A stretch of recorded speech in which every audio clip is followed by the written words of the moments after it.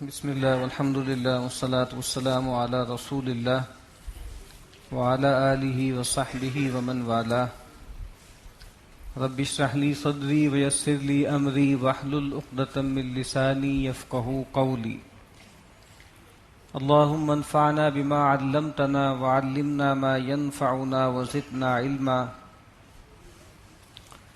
اللہم لا سہل الا ما جعلته سہلا وَأَنْتَ تَجْعَلُ الْحَزَنَ إِذَا شِئْتَ سَهْلًا آمین یا رب العالمین۔ یہ دورہ ترجمہ قرآن کا پروگرام ہے، اس میں کیونکہ وقت کی ذرا تنگی ہوتی ہے تو اس وجہ سے بعض اوقات آیات جو ہیں یا اس کا ترجمہ اس کو بہت تیزی سے پڑھنا پڑتا ہے، اور بعض اوقات ایسا لگتا ہے کہ جیسے بے ادبی سی ہو رہی ہے، لیکن بہرحال اب اس فارمیٹ کا یہ تقاضا ہے کہ ہمیں وقت کم ہوتا ہے اور کم وقت میں ہمیں تیزی سے پڑھنا ہوتا ہے۔ لیکن قرآن مجید کی کوئی آیت پڑھتے وقت یا اس کا ترجمہ کرتے وقت کوئی بھی اگر غلطی ہو، کوئی فاحش غلطی ہو تو اس کی ضرور جو ہے آپ توجہ دلائیں۔ جس طرح قرآن مجید پڑھتے وقت اگر کوئی آدمی نماز میں غلط پڑھے تو اس کو لقمہ دیا جاتا ہے، یہاں پر بھی کوئی آیت اگر غلط پڑھ لی ہے، کوئی لفظ غلط پڑھ لیا ہے یا اس کا ترجمہ بالکل غلط کر دیا ہے تو اس پہ آپ ضرور توجہ دلایا کریں۔ سورہ انفال آج ہم انشاءاللہ پڑھیں گے پہلے 8 رکعات میں، اور اس کے بعد پھر انشاءاللہ سورہ توبہ کے 8 یا 10 رکوع انشاءاللہ پڑھیں گے۔ یہ دونوں صورتیں مدنی صورتیں ہیں اور ان کا مضمون بہت زیادہ آپس میں جڑا ہوا ہے ایک دوسرے سے، اور سورہ توبہ کے سے پہلے جو بسم اللہ الرحمن الرحیم نہیں پڑھی جاتی، اس کا ایک سبب تو ایک قول ہے سیدنا علی رضی اللہ تعالی عنہ کا ان کی طرف منسوب، کہ چونکہ یہ سورہ توبہ عذاب کی سورہ ہے اور جیسے 2 ننگی تلواریں لے کر یہ اپنے ہاتھ میں نازل ہوئی مشرکین کے لیے، کفار کے لیے، اور بسم اللہ الرحمن الرحیم میں چونکہ اللہ تعالیٰ کی رحمت کا تذکرہ ہے تو اس وجہ سے وہ مناسب حال نہیں تھا کہ اس سے پہلے بسم اللہ رکھی جاتی۔ لیکن زیادہ صحیح بات یہ ہے کہ چونکہ عام طور پہ ہوتا یہ تھا کہ جب بھی رسول اللہ صلی اللہ علیہ وسلم پر کچھ آیات یا کوئی صورت نازل ہوتی تو آپ بتا دیتے تھے کہ اس صورت کو، اس آیت کو، ان آیات کو فلاں صورت میں فلاں آیتوں سے پہلے یا بعد رکھ دو، یا اسی طریقے سے صورتیں جب نازل ہوتی یا مکمل ہو جاتی تو آپ کہہ دیتے کہ اس کو فلاں صورت سے پہلے یا اس کے بعد رکھ دو۔ تو یہاں پر جو ہے آپ نے اس کو رکھوایا، لیکن اسی طریقے سے اس میں امتیاز قائم کرنے کے لیے بسم اللہ الرحمن الرحیم بھی گویا لکھوائی جاتی تھی۔ تو ان کے مضامین اتنے جڑے ہوئے ہیں کہ بس اس کو جو ہے وہ رکھ تو دیا گیا سورہ انفال کے فوراً بعد، لیکن اس میں باقاعدہ فصل پیدا کرنے کے لیے بسم اللہ الرحمن الرحیم نہیں لکھی گئی، تاکہ ایک امتیاز بھی باقی رہے، یعنی وہ ایک الگ صورت ہے، یہ الگ صورت ہے، اور ایک لحاظ سے گویا سورہ توبہ سورہ انفال ہی کا تتمہ یا اس کا ضمیمہ ہے، اس وجہ سے بھی اس کے درمیان بسم اللہ الرحمن الرحیم جو ہے وہ نہ لکھی جاتی ہے نہ پڑھی جاتی۔ اور جیسے کہ پہلے عرض کیا گیا تھا کہ اللہ تعالیٰ کی ایک سنت ہے رسولوں کے باب میں، جب اللہ تعالیٰ اب کسی قوم کی طرف رسول کو بھیجتے ہیں تو رسول جو ہے وہ کوئی ڈاک کا ہرکارہ بن کے نہیں آتا، وہ محض کوئی منادی کرنے والا نہیں ہوتا، وہ اللہ کی میزان بن کر آتا ہے، اور وہ گویا دنیا میں ایک تو بڑی قیامت ہے جو قیامت کبریٰ ہے، اس سے پہلے ایک چھوٹی قیامت برپا کر دیتا ہے، حق کو واضح کر دیتا ہے، باطل کا ابطال کر دیتا ہے، اور چیزیں بالکل واضح ہو جاتی ہیں۔ رسول آتا ہے، آ کے دعوت دیتا ہے، لوگوں پہ حجت تمام کرتا ہے اللہ کی، اور اگر قوم نہیں مانتی تو ان کو الٹیمیٹم دیتا ہے کہ اگر تم میری بات نہیں مانو گے تو تم پر عذاب آئے گا۔ اور پھر یہی ہوتا ہے، عام طور پہ یہی قصہ قرآن مجید میں بار بار دہرایا گیا کہ رسولوں نے آ کر دعوت دی لیکن لوگوں نے بات مان کے نہیں دی، اور پھر اللہ تعالیٰ نے رسولوں کو اور ان کے ساتھیوں کو بچا لیا اور پوری قوم کو تباہ کر دیا، نیست و نابود کر دیا۔ کبھی آسمان سے کوئی چنگھاڑ آئی، کبھی زمین پھٹ گئی، کبھی زلزلہ آیا، کبھی آسمان سے پتھر اترے، کبھی چنگھاڑ آئی۔ تو نبی اکرم صلی اللہ علیہ وسلم کے ساتھ بھی یہی ہوا، آپ آئے، قوم پر آپ نے حجت تمام کی، لیکن اللہ کے نبی صلی اللہ علیہ وسلم چونکہ آخری نبی اور رسول تھے تو آپ کے ساتھ یہ معاملہ ہوا کہ آپ کی بھی قوم کی اکثریت نے آپ کی بات نہیں مانی، یعنی اہل مکہ نے، لیکن مدینہ میں آپ کو مل گئے انصار، آوان و انصار مل گئے، اور ایک دارالہجرت میسر آ گیا، اور پھر وہاں جا کر رسول اللہ صلی اللہ علیہ وسلم اور ان کے اصحاب کے ہاتھوں سے وہ عذاب آیا. عذاب تو ڈیو ہو گیا تھا ان پر، جیسے ہی رسول اللہ صلی اللہ علیہ وسلم مکے سے چلے گئے ان پر سے امان اٹھ گئی تھی، بس عذاب ڈیو ہو گیا تھا. تو پہلے وہ عذاب آتا تھا آسمان سے یا زمین سے، اللہ کی تکوین سے آتا تھا، ڈیوائن انٹرونشن سے آتا تھا. اب کے جو عذاب آیا وہ صحابہ کی تلواروں کے ذریعے آیا. قاتلوہم یعذبہم اللہ بایدیکم، اے اہل ایمان ان سے قتال کرو، اللہ تعالیٰ تمہارے ہاتھوں سے ان کو عذاب دے گا. تو اب دیکھیں گے کہ یہ جو دونوں صورتیں اس میں اس کا تذکرہ ہے، اور سورہ انفال میں اس عذاب کی جو پہلی قسط نازل ہوئی بدر پر اس کا تذکرہ ہے. اور ہم دیکھیں گے کہ سورہ توبہ کے شروع میں وہ بالکل جو اس کے آخری مراحل تھے کہ اب گویا ان کے لیے اب مہلت عمر ختم ہو گئی ہے، یا تو یہ ایمان لے آئیں یا جزیرۃ العرب سے باہر نکل جائیں یا ان سب کو مار دیا جائے گا، ان میں سے کوئی بھی جیتا نہیں چھوڑا جائے گا. تو یہ بیک گراؤنڈ ہے ان دو صورتوں کا. یہ سورہ انفال جو ہے یہ نازل ہوئی ہے بدر کے بعد، اور سورہ آل عمران کی بھی زیادہ تر آیتوں سے پہلے اس کا نزول ہوا. اعوذ باللہ من الشیطان الرجیم، بسم اللہ الرحمن الرحیم. یسألونک عن الانفال، اے نبی آپ سے پوچھتے ہیں انفال کی بابت، غنیمتوں کی بابت. نفل کہتے ہیں جو چیز زائد ہو، اضافی ہو، جس طرح اللہ کے نبی صلی اللہ علیہ وسلم سے کہا گیا کہ وَمِنَ اللَّيْلِ فَتَهَجَّدْ بِهِ نَافِلَةً لَكَ، اور رات میں اے نبی تہجد آپ پڑھا کیجئے، اس قرآن کے ساتھ قیام کیجئے، اور یہ آپ کے لیے ایک اضافی ذمہ داری ہے. تو فرض اور نفل، تو یہ اصل میں بتانا مقصود ہے کہ اصل میں تو انسان جب اللہ کی راہ میں قتال کرتا ہے تو مقصود یہ ہوتا ہے اعلاء کلمت اللہ، مقصود ہوتا ہے شہادت فی سبیل اللہ، لیکن ضمنی طور پہ اللہ تعالیٰ غنیمتوں سے بھی نوازتے ہیں. اور چونکہ میں نے ذکر کیا تھا کہ اس سے پہلے معاملہ یہ تھا کہ جو غنیمتیں ہوتی تھیں وہ حلال نہیں تھیں، آسمان سے آگ آتی تھی اور آ کر ان غنیمتوں کو لے جاتی تھی. لیکن یہاں پر اس قانون کو بدل دیا گیا، تو اب غنیمت کے بارے میں یہ معلوم نہیں تھا کہ بھائی ان کی تقسیم کیسے کرنی ہے. اور بدر میں چونکہ پہلا مارکا تھا، بڑا مارکا، اور اس میں معلوم نہیں تھا تو ایک بھگدڑ سے بھی مچ گئی. کچھ لوگ پہرے پر تھے وہ محروم رہ گئے، کچھ پیچھا کر رہے تھے وہ محروم رہ گئے. تو پھر ایک تنازع سا پیدا ہو گیا غنیمت کے بارے میں. تو ویسے تو آپ دیکھیں گے کہ آگے جو آیات آ رہی ہیں وہ اور طرح سے ہیں، یعنی اس میں سیکوینس ہے کہ ابھی بدر ہو رہی ہے، بدر چل رہی ہے، لیکن یہ ظاہری بات ہے جنگ کے بعد جو ہے وہ غنیمت کا مسئلہ پیدا ہوا تھا، لیکن اس کو پہلے لے آئے ہیں یہاں سورت کے اندر. یسألونک عن الانفال، اے نبی یہ آپ سے غنیمت کی بابت پوچھتے ہیں. قل الانفال للہ والرسول، اے نبی فرما دیجئے کہ یہ سارا مال غنیمت اللہ کا ہے اور اس کے رسول کا ہے. یعنی کہتے ہیں پیریڈ، بس ختم، تمہارا اس میں کوئی حق ہی نہیں ہے کہ تم کوئی تنازع کرو یا تم کچھ کرو. اب آگے ہم بتائیں گے کہ کیا دینا ہے کیا نہیں دینا، لیکن اس میں تمہارا حق کوئی نہیں بنتا. یہ اللہ کا ہے، اس کے رسول کا ہے. اللہ اور اس کے رسول جیسے طے کریں گے ویسے تمہیں ملے گا. فاتقوا اللہ واصلحوا ذات بینکم، تو اللہ کا تقوی اختیار کرو اور آپس کے معاملات کو سدھارو، آپس میں صلح جوئی کے ساتھ رہو. وَأَطِيعُوا اللَّهَ وَرَسُولَهُ إِن كُنتُم مُؤْمِنِينَ، اور اللہ اس کے رسول کی اطاعت کرو اگر تم ایمان رکھتے ہو. اب یہاں 5 احکامات دیے گئے، اللہ کے تقوی کا ذکر ہے اور اصلاح کا ذکر ہے، اور پھر اللہ اس کے رسول کی اطاعت کا تذکرہ ہے. 4 احکامات. اس کے بعد اب آگے بتایا جا رہا ہے کہ حقیقی مومن کون ہیں.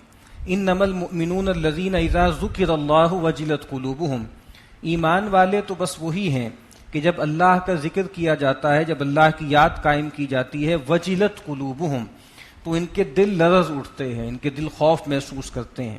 وَإِذَا تُلِيَتْ عَلَيْهِمْ آيَاتُهُ زَادَتْهُمْ إِيمَانًا، اور جب ان پر اللہ کی آیات پڑھ کے سنائی جاتی ہیں تو یہ ان کو بڑھا دیتی ہیں ایمان میں، یہ بڑھ جاتے ہیں ایمان میں. وَعَلَىٰ رَبِّهِمْ يَتَوَكَّلُونَ، اور وہ اپنے رب پہ توکل کرتے ہیں. یعنی جب اللہ کی یاد قائم کی جاتی ہے، قرآن مجید ایک اور جگہ کہتا ہے کہ ان کے رونگٹے کھڑے ہو جاتے ہیں، ان کے دل اللہ کی طرف جھک جاتے ہیں. اور جب قرآن مجید کی آیات تلاوت کی جاتی ہیں تو اس سے ان کا ایمان بڑھ جاتا ہے. یعنی ایمان بھی کوئی فکس چیز نہیں ہے، اس میں اضافہ بھی ہوتا ہے، کمی بھی ہوتی ہے. اور یہ اپنے رب پہ توکل کرتے ہیں. الذین یقیمون الصلاۃ، یہ نماز قائم کرتے ہیں. ومما رزقناہم ینفقون، اور جو کچھ ہم نے انہیں روزی دی ہے اس میں سے خرچ کرتے ہیں. اولئک ھم المؤمنون حقا، یہی لوگ ہیں جو حقیقی مومن. لہم درجات عند ربہم ومغفرۃ ورزق کریم، ان کے لیے ان کے رب کے پاس بڑے درجات ہیں اور بہت مغفرت ہے اور بہت پاکیزہ روزی ہے، بہت پاکیزہ رزق ہے۔ یہ جو قرآن مجید کا یہ حصہ ہے سورہ انفال کے ابتدا کا، اس میں تذکرہ ہے ان اوصاف کا کہ جو باطنی اوصاف ہیں، جو تعلق مع اللہ سے متعلق ہیں، اور اس صورت کے آخر میں ہم دیکھیں گے کہ ایسی اوصاف کا ذکر ہوگا، وہاں پر بھی یہی الفاظ ریپیٹ ہوں گے۔ تو وہاں وہ اوصاف بیان کی گئے ہیں جس کا تعلق خارج سے ہے، جس کا تعلق جو ہے وہ ہجرت سے ہے اور جہاد سے ہے، اور یہ دونوں چیزیں مل کر گویا ایک بندہ مومن کی تصویر کو مکمل کرتے ہیں۔ اب آگے بدر کا تذکرہ ہے۔ جیسے کہ آپ کو معلوم ہے کہ نبی اکرم صلی اللہ علیہ وسلم جب مدینہ تشریف لے گئے تو شروع میں آپ نے کچھ کام کیے۔ ایک تو مسجد نبوی کی تعمیر کی، جس سے ایک مرکز میسر آ گیا۔ پھر مسلمانوں کا جو معاشی مسئلہ تھا بہت بڑا، جو ہجرت کر کے لوگ آ رہے تھے، اس کو حل کرنے کے لیے آپ نے مواخات قائم کر دی، ایک مہاجر اور ایک انصار کے درمیان۔ اور ایک یہ ہے کہ آپ نے جو یہود کے قبائل تھے مدینہ میں اور جو دوسرے لوگ تھے، ان کو مختلف معاہدوں میں باندھ دیا اور ایک ڈیفنس پیکٹ ان کے ساتھ کر لیا۔ یہ 3 کام کیے آپ نے۔ اس کے بعد پھر آپ نے جو قریش کے جو قافلے ہوتے تھے ان پر کو داروگیر کرنا شروع کر دی، ان پر جو ہے نقل و حرکت پہ نظر رکھنی شروع کر دی۔ تو ایک واقعہ ہوا ہے کہ ایک صاحب ایک ایکسپیڈیشن اس طرح کا گیا ہوا تھا، تو ان کے ہاتھوں جو ہے ایک مشرک مارا گیا، عبداللہ بن حضرمی نام کا ایک آدمی تھا، وہ مارا گیا، اور مسلمانوں نے وہ مال بھی لوٹ لیا، اور وہ لے کر نبی اکرم صلی اللہ علیہ وسلم کے پاس آئے۔ تو آپ ناراض ہوئے اور آپ نے کہا کہ تمہیں تو ابھی اجازت نہیں تھی کہ تم اس طریقے سے قتل وغیرہ کا معاملہ کرو۔ ایک تو یہ معاملہ ہوا، اور دوسرا یہ معاملہ ہوا کہ ابو سفیان جو ہے ایک بہت بڑا تجارتی قافلہ لے کر شام کی طرف جا رہے تھے۔ تو جاتے وقت بھی نبی اکرم صلی اللہ علیہ وسلم نے اور اہل ایمان نے ان کا پیچھا کیا، لیکن وہ چلے گئے۔ لیکن ابو سفیان جب وہ قافلہ لے کر واپس آ رہے تھے تو ان کو اندیشہ تھا کہ اب مسلمان ان پر کوئی چھاپا مار ایکٹیویٹی کریں گے، تو انہوں نے ایک بندہ دوڑا دیا اہل مکہ کی طرف کہ بھئی مجھے تو بہت شدید خطرہ ہے مسلمانوں سے کہ مجھ پہ حملہ کریں گے، تو تم جو ہے اس کے لیے تیاری کرو۔ اور پھر رستہ بھی بدل دیا، نارمل رستہ جو بدر کی طرف سے جاتا ہے اس کو اختیار نہیں کیا، بلکہ ساحل کے ساتھ ساتھ جو ہے وہ مکہ کی طرف چل پڑے۔ اب یہ عبداللہ جو ہے حضرمی، اس کی جو ہے وہ موت، اس کا بھی وہاں پر اطلاع پہنچی، اور ساتھ ابو سفیان کا یہ ہرکارہ پہنچ گیا، تو ایک بھگدڑ مچ گئی، اور ایک دم پھر لوگ وہاں پہ جمع ہو گئے، اور تقریباً جو ہے وہ 3000 لوگ کیل کانٹوں سے لیس نکلے، 100 گھوڑے تھے ان کے پاس اور 900 اونٹ تھے، اور اسباب سے لدے ہوئے گویا وہ نکلے۔ کیا جی؟ اچھا ہاں 1000، ٹھیک ہے، ہاں 1000 افراد تھے جو وہاں پر نکلے ہیں وہاں پر۔ تو اب اس کی طرف اشارہ ہے۔ اب اس میں بھی 2 مشاورتیں ہوئی ہیں۔ ایک مشاورت وہ تھی کہ جب نبی اکرم صلی اللہ علیہ وسلم نے کہا کہ بھئی وہ قافلہ واپس آ رہا ہے وہاں سے تجارتی، تو اب چلتے ہیں اس پر کوئی ہم جو ہے کارروائی کرتے ہیں، تو پہلی جو آیت ہے وہ اس سے متعلق ہے، کما اخرجک ربک من بیتک بالحق، جیسا کہ نکالا آپ کے رب نے آپ کے گھر سے حق کے ساتھ، وَإِنَّ فَرِيقًا مِّنَ الْمُؤْمِنِينَ لَكَارِهُونَ، اور اہل ایمان کا ایک گروہ اس پر کوئی راضی نہیں تھا، خوش نہیں تھا۔ یعنی جب آپ نے مشاورت کی کہ بھئی وہ قافلہ آ رہا ہے ہم اس پہ کو حملہ کرتے ہیں، تو کچھ لوگوں نے کہا کہ بھئی اس کی ضرورت نہیں ہے، اور ان لوگوں نے اگر ہم پر کوئی اقدام نہیں کیا تو ہم یہ معاملہ نہیں کرتے۔ یجادلونک فی الحق بعد ما تبین کانما یساقون الی الموت وهم ینظرون، وہ آپ سے حق کی بات کے معاملے میں جھگڑا کر رہے تھے اس کے بعد کہ ان پر وہ چیز ظاہر ہو گئی تھی، کانما یساقون الی الموت وهم ینظرون، گویا کہ وہ ہانکے جا رہے تھے موت کی طرف دیکھتے ہوئے، یعنی آنکھوں دیکھے وہ موت کی طرف جا رہے تھے۔ اب اس کے بعد پھر جب یہ معاملہ ہوا تو نبی اکرم صلی اللہ علیہ وسلم جو ہے وہ قافلہ لے کے نکل گئے، اور ظاہر بات ہے جنگ کا تو ارادہ تھا ہی نہیں، 300 سے کچھ اوپر لوگوں کو لے کر آپ نکلے ہیں، اور چند تلواریں تھیں اور بہت تھوڑے سے اسباب تھے، ان کو لے کے آپ چل پڑے، چونکہ جنگ کا ارادہ نہیں تھا۔ تو مقام صفرا پہ جب آپ پہنچے ہیں تو پھر وہاں پہ آپ کو بتایا گیا، اطلاع بھی ہو گئی کہ بھئی ایک طرف تو جو وہ قافلہ ہے تجارتی، اور ایک طرف وہ لشکر ہے جو مشرکین کا آ رہا ہے کیل کانٹے سے لیس۔ اب کہا کہ وَإِذْ يَعِدُكُمُ اللَّهُ إِحْدَى الطَّائِفَتَيْنِ أَنَّهَا لَكُمْ، اور یاد کرو اس وقت کو جب اللہ نے تم سے وعدہ کیا تھا کہ ان 2 جماعتوں میں سے ایک تمہیں مل کے رہے گی۔ اللہ کے نبی نے بھی واضح کر دیا کہ اللہ تعالیٰ نے گارنٹی دے دی ہے، اب چاہے تو قافلے کی طرف جائیں تو قافلہ بھی ہاتھ آ جائے گا، اور اگر ہم جائیں ان لوگوں کے لیے جو لڑنے کے لیے آئیں اس طرف جائیں تو وہ بھی ہو جائے گا معاملہ۔ وَتَوَدُّونَ أَنَّ غَيْرَ ذَاتِ الشَّوْكَةِ تَكُونُ لَكُمْ، اور تم یہ چاہتے تھے کہ وہ اس طرف جاؤ وہ تمہارے لیے ہو جس میں کوئی کانٹا لگنے کا بھی اندیشہ نہ ہو. یعنی بہت سے ایسے لوگ تھے مسلمانوں میں سے، کچھ منافقین تھے، کچھ کمزور ایمان کے لوگ تھے، انہوں نے کہا کہ بہتر یہ ہے کہ ابو سفیان کے قافلے کی طرف جاتے ہیں، وہاں کوئی محافظ چند ہوں گے تو آسانی سے ہمارے ہاتھ آ جائے گا. وَيُرِيدُ اللَّهُ أَن يُحِقَّ الْحَقَّ بِكَلِمَاتِهِ، جبکہ اللہ تعالیٰ کا ارادہ کچھ اور تھا. اللہ یہ چاہتا تھا کہ اپنے کلام کے ذریعے اپنی باتوں کو حق کے ساتھ ثابت کر دے. وَيَقْطَعَ دَابِرَ الْكَافِرِينَ، اور کافر لوگوں کی جڑ کاٹ دے. لِيُحِقَّ الْحَقَّ وَيُبْطِلَ الْبَاطِلَ، تاکہ حق کا احقاق ہو جائے اور باطل کا باطل ہونا ثابت ہو جائے. وَلَوْ كَرِهَ الْمُجْرِمُونَ، اور اگرچہ مجرموں کو یہ بات کتنی ہی ناگوار ہو. تو نبی اکرم صلی اللہ علیہ وسلم نے وہاں مشاورت کی، بہت سے لوگوں نے کھڑے ہو کر تقریریں کی، سیدنا ابو بکر نے، سیدنا عمر نے، سیدنا مقداد ابن اسود نے، لیکن آپ بار بار کہہ رہے تھے اشیرو علیہ اشیرو علیہ، بھائی مجھے مشورہ دو، مجھے مشورہ دو. تو اس موقع پہ سیدنا سعد ابن معاذ جو انصار کے لیڈر تھے وہ کھڑے ہوئے اور انہوں نے کہا کہ کأنک تعنینا یا رسول اللہ، لگتا ہے کہ جیسے اللہ کے رسول آپ کا روح سخن ہماری طرف ہے. کیونکہ ظاہری بات ہے کہ انصار کے ساتھ یہ طے ہوا تھا کہ اگر مدینہ پہ کوئی حملہ کیا جائے گا تو وہ جو ہے دفاع کریں گے، لیکن آگے بڑھ کر جو ہے وہ کوئی اقدام کریں گے، یہ طے نہیں ہوا تھا. تو کہا کہ ہم نے آپ پر ایمان لا انا آمنا بکا وصدقناک وبایعناک، ہم آپ پر ایمان لائے، آپ کی تصدیق کی، آپ سے بیعت کی، ہم تو اپنا آپ کو بیچ چکے ہیں، تو اب آپ جو حکم دیں ہم وہ کریں گے. وَإِذْ تَسْتَغِيثُونَ رَبَّكُمْ، جب آپ اپنے رب سے تم استغاثہ کر رہے تھے، فَاسْتَجَابَ لَكُمْ، تو اللہ تعالیٰ نے تمہاری پکار سن لی، فریاد سن لی. انی ممدکم بألف من الملائکۃ مردفین، کہ میں بھیجوں گا تمہاری مدد کے لیے 1000 فرشتے ایک کے بعد ایک لگاتار تم پہ نازل ہوں گے. وما جعلہ اللہ الا بشرا، اور یہ تو اللہ تعالیٰ نے تمہارے لیے ایک بشارت جو ہے وہ اس کے لیے بتایا ہے. وَلِتَطْمَئِنَّ بِهِ قُلُوبُكُمْ، اور تاکہ تمہارے دل اس سے مطمئن ہو جائیں، ورنہ اللہ کو فرشتے بھیجنے کی ضرورت نہیں ہے.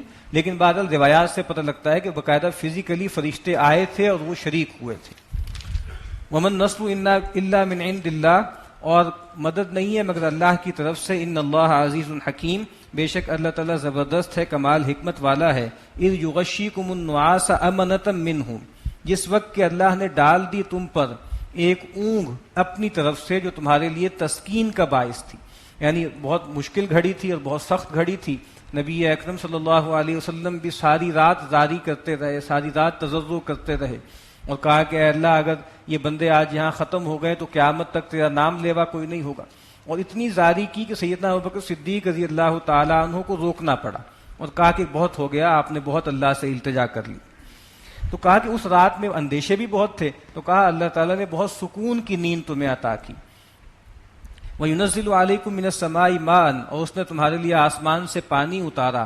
لِيُطَهِّرَكُم بِهِ، یعنی بہت تیز بارش ہوئی، اس سے کئی فائدے حاصل ہوئے. لِيُطَهِّرَكُم بِهِ، ایک تو یہ تاکہ اس کے ذریعے تمہیں پاک کرے. وَيُذْهِبَ عَنكُم رِجْزَ الشَّيْطَانِ، اور تاکہ تم سے دور کر دے شیطان کی نجاست. وَلِيَرْبِطَ عَلَى قُلُوبِكُم، اور تمہارے دلوں کو جماؤ عطا کرے، ان میں ربط پیدا کرے. وَيُثَبِّتَ بِهِ الْأَقْدَامَ، اور تمہارے پاؤں جما دے. یعنی جب ظاہری بات ہے کہ پہلے بدر کے مقام پر مشرکین نے جا کر پانی کے سارے چشموں پر قبضہ کر لیا تھا، مسلمانوں کے پاس پینے کے لیے پانی بھی نہیں تھا، وضو کے لیے نہانے کے لیے پانی بھی نہیں تھا.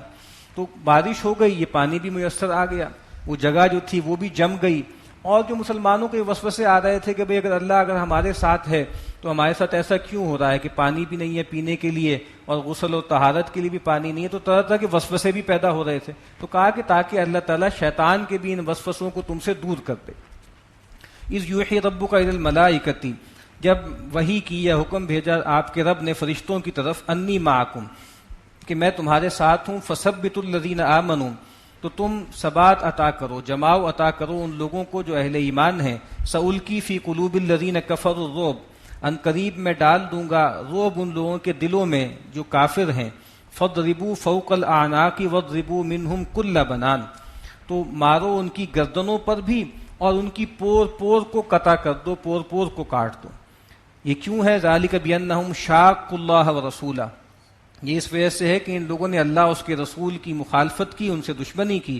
وَمَن يُشَاقِقِ اللَّهَ وَرَسُولَهُ فَإِنَّ اللَّهَ شَدِيدُ الْعِقَابِ، اور جو کوئی بھی مخالفت کرتا ہے اللہ اس کے رسول کی تو بے شک اللہ کا عذاب بہت سخت ہے.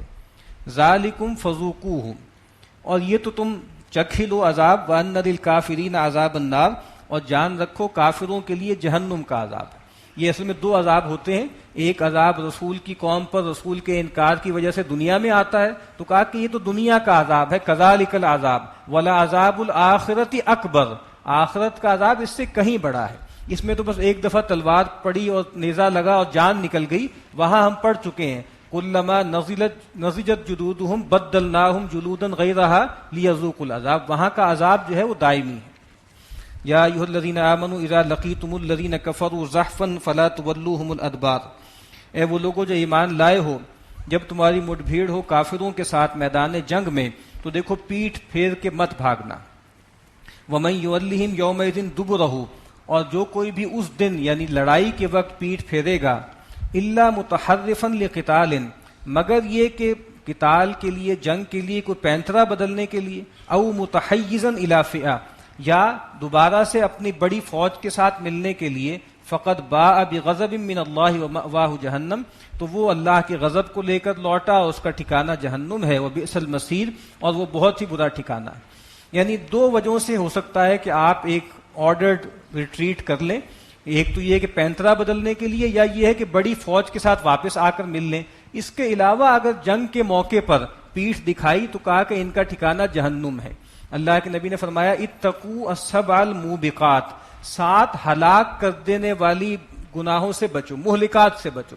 وہ جو کارڈینل وائسز ہیں ان میں سے ایک یہ بھی ہے التولا یوم الزحف، کہ جنگ کے دن قتال کے وقت پیٹھ دکھا کے بھاگ جانا۔ پہلے سوچ لو کہ بھئی یہ مقابلہ فیزیبل ہے یا نہیں، ہر طرح سے پلاننگ کر لو، لیکن جب آ گئے ہو تو اب بزدلی دکھا کے جان بچانے کے لیے نہیں پھر سکتے۔ ہاں اسٹریٹجیکلی پیچھے آ جانا اس میں کوئی حرج نہیں۔ ایک ایکسپیڈیشن اللہ کے نبی نے بھیجا تو وہاں پہ بھی ایسا ہی ہوا کہ لوگوں کو واپس آنا پڑا، تو لوگ بہت ڈرے سہمے آئے اور انہوں نے کہا کہ بھئی ہمیں لوگ کہیں گے کہ یہ تو فرار ہیں اور یہ تو بھاگ کر آئے ہیں۔ تو اللہ کے نبی تک یہ بات پہنچی تو کہا کہ نہیں نہیں، تم فرار نہیں ہو، تم تو گویا لوٹ کر آئے ہو، اور وَأَنَا فِئَتُكُمْ، اور میں تمہاری جماعت ہوں، تم میرے پاس جو آئے ہو تو میں تمہاری جماعت ہوں نا، تم سپورٹ کے لیے میرے پاس آئے ہو، تم کوئی جان بچا کر نہیں آئے۔ فَلَمْ تَقْتُلُوهُمْ وَلَكِنَّ اللَّهَ قَتَلَهُمْ، اے مسلمانوں تم نے ان کو قتل تھوڑے ہی کیا ہے بلکہ اللہ نے ان کو قتل کیا ہے۔ وہی بات کہ صحابہ کرام اللہ کا آلہ و جارحہ تھے، اللہ تعالیٰ ان کے ذریعے عذاب دے رہا تھا، تو کہا کہ اس کی نسبت اللہ کی طرف ہے۔ وَمَا رَمَيْتَ إِذْ رَمَيْتَ وَلَكِنَّ اللَّهَ رَمَى، اور اے نبی جب آپ نے وہ مٹھی پھینکی تھی مشرکین کی طرف تو وہ آپ نے نہیں پھینکی تھی بلکہ اللہ نے پھینکی تھی۔ یعنی اس کا مطلب معاذ اللہ کوئی انکارنیشن نہیں ہے کہ اللہ کے نبی صلی اللہ علیہ وسلم کے اندر اللہ تعالیٰ حلول کر گئے تھے اس وقت، نہیں۔ اس طرح پہلے صحابہ کے بارے میں کہا کہ تم نے ان کو قتل نہیں کیا، اللہ نے قتل کیا۔ اسی طرح کہ اے اللہ کے نبی چونکہ آپ اللہ کا کام کر رہے ہیں، اس وجہ سے جو آپ نے جو ہے مٹھی بھر کے پھینکی تھی اس میں جو بھی تاثیر پیدا ہوئی وہ ہم نے پیدا کی۔ نبی اکرم صلی اللہ علیہ وسلم نے ایک مٹھی لی ریت کی اور شاہت الوجوہ کہہ کے جو ہے مشرکین کی طرف پھینک دی، اور وہ کہاں تک گئی ہے اس کے عجیب و غریب اثرات جو ہے وہ مشرکین پر ہوئے۔ وَلِيُبْلِيَ الْمُؤْمِنِينَ مِنْهُ بَلَاءً حَسَنًا، اور تاکہ اہل ایمان کو اللہ تعالیٰ اپنی طرف سے نوازے اور ان کو بہت اچھا بدلہ دے، خوب احسان ان کے ساتھ کرے۔ ان اللہ سمیع علیم، بے شک اللہ تعالیٰ سننے والا جاننے والا ہے۔ ذالکم، اب یہ تو ہو چکا، وان اللہ موہن کید الکافرین، اسی طریقے سے اللہ تعالیٰ کافروں کی تدبیر کو بالکل بھربھرا کر دے گا، بالکل سست کر دے گا۔ ان تستفتحوا فقد جاءکم الفتح، اگر تم چاہتے تھے کہ فیصلہ ہو جائے تو فیصلہ تو آ گیا۔ یعنی ابو جہل وہ بھی مکے سے نکلنے سے پہلے اس نے بھی کعبے کے پردے پکڑے تھے اور اللہ کو پکارا تھا کہ اے اللہ بس آج تو فیصلہ کر دے کہ تو کس کے ساتھ ہے، تو ہمارے ساتھ ہے یا محمد کے ساتھ ہے۔ تو کہا کہ فیصلہ ہو گیا، اگر تم چاہتے تھے کہ فیصلہ ہو تو اللہ نے فیصلہ کر دیا، یہ یوم الفرقان ہے۔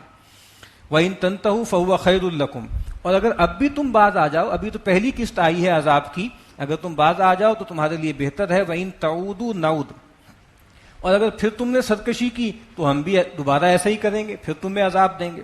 وَلَن تُغْنِيَ عَنْكُمْ فِئَتُكُمْ شَيْئًا، اور تمہیں کوئی کام نہیں دے گا تمہارا جتھا، تمہاری جماعت، وَلَوْ كَثُرَتْ، چاہے وہ کتنی ہی زیادہ کیوں نہ ہو، وَأَنَّ اللَّهَ مَعَ الْمُؤْمِنِينَ، اور بے شک اللہ تعالیٰ تو اہل ایمان کے ساتھ ہے۔ یہ اور بات ہے کہ اللہ تعالیٰ اس دنیا میں حالات کو الٹتا پھیرتا رہتا ہے، لیکن اللہ کی معیت خصوصی متقین کے لیے، مومنین کے لیے، محسنین کے لیے۔ یا ایھا الذین آمنوا اطیعوا اللہ ورسولہ ولا تولوا عنہ وانتم تسمعون، اے وہ لوگوں جو ایمان لائے ہو اطاعت کرو اللہ کی اور اس کے رسول کی، اور اس کے بعد کہ تم نے بات سن لی ہے تو اب مت پھرو، اب اعراض مت کرو، اب یہی ہے رویہ کہ سمعنا واطعنا، ولا تکونوا کالذین قالوا سمعنا وهم لا يسمعون، اور دیکھو ان لوگوں کی مانند مت ہو جانا جنہوں نے یہ کہا تھا کہ ہم نے سنا حالانکہ وہ سنتے نہیں تھے، بس سن رہے ہیں وہ لیکن بہرحال ماننے کے لیے نہیں سن رہے، ان کے اندر جو ہے کوئی آمادگی نہیں ہے۔ ان شر الدواب عند اللہ الصم البکم الذین لا یعقلون، بے شک سب جانداروں میں اللہ تعالیٰ کے نزدیک سب سے بدترین جاندار کون ہیں؟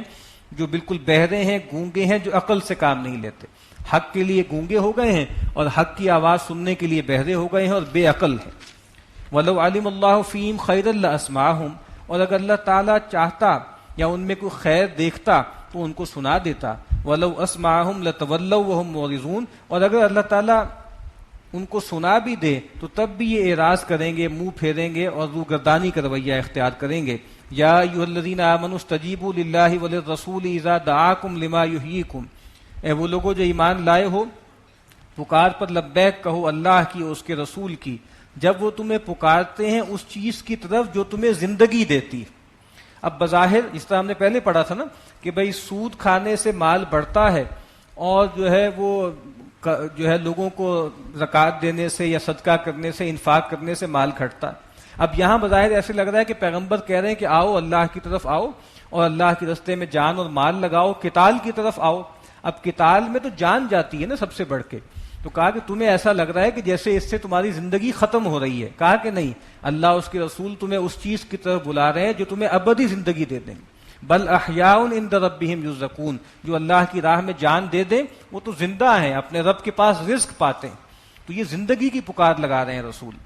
وَاعْلَمُوا أَنَّ اللَّهَ يَحُولُ بَيْنَ الْمَرْءِ وَقَلْبِهِ، اور جان لو کہ ایک وقت آتا ہے کہ اللہ تعالیٰ حائل ہو جاتے ہیں بندے اور اس کے دل کے درمیان۔ یہ وہی اللہ کی سنت ہے کہ جب کوئی گروہ جو ہے بار بار توجہ دلانے کے باوجود حق کی طرف رجوع نہیں کرتا تو ایک وقت آتا ہے کہ اللہ تعالیٰ توفیق سلب کر لیتے ہیں اور حائل ہو جاتے ہیں۔ وَأَنَّهُ إِلَيْهِ تُحْشَرُونَ، اور بے شک اسی کی طرف تم سب کو جمع کیا جانا ہے۔ وَاتَّقُوا فِتْنَةً لَا تُصِيبَنَّ الَّذِينَ ظَلَمُوا مِنكُمْ خَاصَّةً، اور دیکھو ڈرتے رہو، بچتے رہو اس فتنے سے کہ جو تم میں سے خاص طور پر صرف ظالموں پر نہیں آئے گا۔ وَاعْلَمُوا أَنَّ اللَّهَ شَدِيدُ الْعِقَابِ، اور جان لو کہ اللہ کا عذاب سخت ہے، یعنی جب اللہ کا عمومی عذاب آتا ہے تو سب لوگ لپیٹ میں آ جاتے ہیں۔ تو جو ہے کہا کہ اس موقع پہ انڈیفرنس کا رویہ کام نہیں دے گا، پیسو ہونا کام نہیں دے گا۔ اللہ کے نبی نے مثال بھی دی ہے کہ مثال ان لوگوں کی جو اللہ کی حدود کو قائم کرتے ہیں اور جو اس کو پامال کرتے ہیں، اس کی مثال ایک سفینے کی ہے، ایک بحری کوئی جہاز ہے، کچھ لوگ اس کے عرشے پہ ہے، کچھ لوگ اس کے نیچے رہتے ہیں۔ تو کہا کہ نیچے والے لوگ ان کو پانی کی ضرورت ہوتی ہے تو عرشے پہ آتے ہیں اور آ کے ڈول وول سے پانی لیتے ہیں، کچھ لوگوں پہ پانی وانی گرتا ہے۔ تو ان میں سے کچھ لوگوں نے سوچا کہ بھئی کیا ہی اچھا ہو کہ ہم تو پانی سے زیادہ قریب ہے نا، تہ میں ہیں، تو ہم یہیں سے کھود کے پانی لے لیتے ہیں۔ تو کہا کہ اگر وہ یہ کرنے لگیں کہ بھئی یہ تو ہمارا حصہ ہے، ہم اس میں سے کھود کے پانی نکال لیتے ہیں، تو کہا کہ اگر وہ ایسا کر لیں اور وہ اس کو کھود دیں گے اور پانی کشتی میں آئے گا تو سب ڈوب جائیں گے نا۔ اوپر والے یہ کہیں کہ بھئی ہمارا فلور تو اوپر کا ہے، یہ تو نیچے والے لوگ کر رہے ہیں، ان کو کرنے دو۔ تو اللہ کے نبی نے کہا ہے کہ نہیں، اگر اوپر والے نیچے والوں کا ہاتھ نہیں روکیں گے تو جب وہ اس کو کھودیں گے اور پانی آئے گا تو سب ڈوب جائیں گے نا۔ تو اسی طریقے سے اگر کسی سماج میں برائیاں بہت پھیل جاتی ہیں اور لوگ اس کو نہیں روکتے تو جب اللہ کا عذاب آتا ہے تو صرف ظالم لوگ لپیٹ میں نہیں آتے، ہر طرح کے لوگ جو ہے اس کی لپیٹ میں آ جاتے ہیں۔ وَاذْكُرُوا إِذْ أَنْتُمْ قَلِيلٌ مُسْتَضْعَفُونَ فِي الْأَرْضِ، اور یاد کرو اس وقت جب تم بہت کم تھے اور تمہیں زمین میں دبا لیا گیا تھا، تمہیں مغلوب کر دیا گیا تھا۔ تخافون ان یتخطفکم الناس، اور تمہیں اندیشہ تھا کہ لوگ تمہیں اچک لے جائیں گے۔ فآواکم، تو اللہ نے تمہیں ٹھکانہ دیا۔ وأیدکم بنصرہ، اور خاص اپنی قوت سے، اپنی مدد سے تمہاری تائید کی۔ ورزقکم من الطیبات، اور تمہیں پاکیزہ روزی دی۔ لعلکم تشکرون، تاکہ تم شکر گزار بنو۔ اب یہ بتایا جا رہا ہے کہ مکے میں تمہاری صورتحال کیا تھی۔ ہر وقت تمہیں جان کا اندیشہ تھا، ہر وقت تمہیں اندیشہ تھا کہ تمہیں تلف کر دیا جائے گا، مار دیا جائے گا، لیکن اللہ نے تمہیں نوازا اور اس کے بعد اللہ نے تمہیں رزق دیا۔ کیوں دیا؟ تاکہ احسان مانو، شکر گزاری کا رویہ اختیار کرو۔ ڈاکٹر صاحب اس آیت کے حوالے سے بھی اہل پاکستان کو توجہ دلایا کرتے تھے کہ کہ مسلمانان ہند جو ہے ان کے ساتھ بھی ایسا ہی معاملہ تھا. ان کو بھی اندیشہ تھا کہ انگریز جو ہے یک طرفہ طور پر جو ہے اگر یہاں سے چلا جائے گا ہندوؤں کے حوالے کر کے تو ہمارا تو کچھ بھی نہیں بنے گا, ہمیں تو تباہ و برباد کر دیا جائے گا. تو اللہ تعالیٰ نے جو ہے پناہ دی, ان کو ایک آزاد ملک دیا, ہر طرح کے ریسورسز دیے, اور کیا چاہتے تھے تاکہ تم شکر گزار بنو, اللہ کا احسان مانو. لیکن ہم نے اس کے برعکس رویہ اختیار کیا. یا ایھا الذین آمنوا لا تخونوا اللہ والرسول وتخونوا اماناتکم وانتم تعلمون, اے وہ لوگوں جو ایمان لائے ہو, اللہ سے اور اس کے رسول سے خیانت نہ کرو, اور آپس میں بھی امانتوں میں خیانت نہ کیا کرو, وانتم تعلمون, جبکہ تم جانتے ہو. اللہ سے خیانت کا مطلب کیا ہے کہ بھئی اللہ کے حقوق میں کوتاہی کرنا, خاص طور پہ جو ہے وہ جلوت میں اللہ کی بندگی کرنا, خلوت میں اللہ کی جو ہے روگردانی کرنے لگ جانا. اسی طریقے سے رسول سے خیانت کا مطلب کیا ہے کہ رسول جو احکامات دیں اس کو نہ ماننا, اور رسول پر اعتماد نہ کرنا, رسول کے ساتھ جو خیر خواہی کا معاملہ ہوتا ہے وہ نہ کرنا, اور آپس میں بھی جو ہے امانتوں میں خیانت نہ کرو. سیدنا انس کہتے ہیں قلما خطبنا رسول اللہ صلی اللہ علیہ وسلم الا قال, بہت کم ہوتا تھا کہ رسول اللہ صلی اللہ علیہ وسلم کوئی خطبہ ارشاد فرمائیں اور اس میں یہ الفاظ نہ فرمائیں کہ لا ایمان لمن لا امانت لہ ولا دین لمن لا عہد لہ. جس آدمی کے اندر امانت داری کا وصف نہیں ہے اس کا کوئی ایمان نہیں ہے, اور جس کے اندر عہد کی پاسداری نہیں ہے اس کا کوئی دین نہیں. وَاعْلَمُوا أَنَّمَا أَمْوَالُكُمْ وَأَوْلَادُكُمْ فِتْنَةٌ, اور جان لو کہ یہ اولاد اور مال جو ہے یہ ایک آزمائش ہیں, کسوٹی ہیں, اللہ ان پر پرکھ کے تمہیں جانچ رہا ہے. وَأَنَّ اللَّهَ عِندَهُ أَجْرٌ عَظِيمٌ, اور بے شک اللہ تعالیٰ کے ہاں بہت بڑا اجر بھی ہے. یہی مال بہت بڑا ایسٹ بن جاتا ہے, یہی اولاد صدقہ جاریہ بن جاتی ہے. یا ایھا الذین آمنوا ان تتقوا اللہ یجعل لکم فرقانا, اے وہ لوگوں جو ایمان لائے ہو, اگر تم اللہ کی تقوی کی روش اختیار کرو گے تو اللہ تعالیٰ تمہارے لیے ایک فرقان مقرر کر دے گا, ایک فیصلہ مقرر کر دے گا. ایک تو خارجی فیصلہ ہے, خارج میں بالکل امپیریکلی واضح کر دے گا کہ تم ہی حق پر ہو, جس طرح بدر میں ہو گیا, یوم الفرقان تھا وہ. اور ایک فرقان باطنی ہے, اگر تم اللہ کے تقوی پر کاربند رہو گے تو اللہ تعالیٰ تمہارے اندر ایک ایسی بصیرت پیدا کر دے گا کہ تم شر کو اور شیطانی حربوں کو پہچان سکو گے. ایک روایت بہت مشہور ہے کہ اتقوا فراست المؤمن, مومن کی فراست سے ڈرو, فإنہ ینظر بنور اللہ, کہ وہ اللہ تعالیٰ کے نور سے دیکھتا ہے. تو وہ کس وجہ سے اللہ وہ اس کو نور دیتے ہیں, وہ تقوی کی وجہ سے دیتے ہیں. وَيُكَفِّرْ عَنْكُمْ سَيِّئَاتِكُمْ, اور اللہ تعالیٰ دور کر دے گا تم سے تمہارے گناہ. وَيَغْفِرْ لَكُمْ, اور اللہ تعالیٰ تمہیں بخش دے گا. وَاللَّهُ ذُو الْفَضْلِ الْعَظِيمِ, اور اللہ تعالیٰ بہت بڑے فضل والے ہیں. وَإِذْ يَمْكُرُ بِكَ الَّذِينَ كَفَرُوا, اور جب ان لوگوں نے جو کافر ہوئے طرح طرح سے مکر کیے, تدبیریں کی, لِيُثْبِتُوكَ, کہ وہ آپ کو قید کر دیں, جس طرح شیب ابی طالب میں کیا بھی, آپ کو ایک خاص طرح کا محاصرہ کر لیا. او یقتلوک, یا آپ کو قتل ہی کر دیں, جان سے مار دیں. او یخرجوک, یا آپ کو نکال دیں. دار الندوہ میں جو ہے وہ ساری میٹنگ ہوئی اور طے کیا گیا کہ بھئی ہر قبیلے میں سے ایک ایک آدمی لیا جائے گا اور یک بارگی ان پہ حملہ کر کے ان کو ختم کر دیا جائے گا, معاذ اللہ. تو نبی اکرم صلی اللہ علیہ وسلم جو ہے وہ سیدنا علی کو اپنے بستر پہ آپ نے سلا دیا, اور پھر آپ وہاں سے نکلے. اس موقع پر بھی آپ نے ایک مٹھی پھینکی تھی جو ہے ان لوگوں کی طرف, اور ان کو کچھ دکھائی نہیں دیا تھا, اس کی طرف بھی اشارہ ہے. وَيَمْكُرُونَ وَيَمْكُرُ اللَّهُ, اور یہ بھی دعوے چل رہے ہیں, یہ مکر کر رہے ہیں, اللہ بھی خفیہ تدبیر کر رہا ہے. واللہ خیر الماکرین, اور اللہ تعالیٰ کی جو خفیہ تدبیر ہے وہ سب سے بہتر ہے. وَإِذَا تُتْلَىٰ عَلَيْهِمْ آیاتنا, اور جب ان پر ہماری آیات پڑھی جاتی ہیں, قالوا قد سمعنا, تو ان میں سے کچھ لوگ ہیں جو کہتے ہیں کہ ہم نے سن لی. لو نشاء لقلنا مثل هذا, کہا کہ اگر ہم چاہیں تو ہم بھی ایسا کلام بنا لائیں. بہت سے لوگ تھے, نضر ابن الحارث ایک آدمی تھا, اس نے کہا کہ یہ کیسی بات ہے, ہم اس جیسا کلام بنا کے لے آتے ہیں. ان ھذا الا اساطیر الاولین, یہ تو اگلوں کے قصے ہیں, یہ تو مائتھولوجی ہے. وَإِذْ قَالُوا اللَّهُمَّ إِنْ كَانَ هَذَا هُوَ الْحَقَّ مِنْ عِنْدِكَ فَأَمْطِرْ عَلَيْنَا حِجَارَةً مِنَ السَّمَاءِ أَوْ ائْتِنَا بِعَذَابٍ أَلِيمٍ. اور یاد کرو جب کہنے لگے یہ لوگ کہ اے اللہ اگر یہ حق ہے تیری طرف سے تو ہم پر آسمان سے پتھروں کی بارش برسا دے, یا ہم پر کوئی دردناک عذاب لے آ.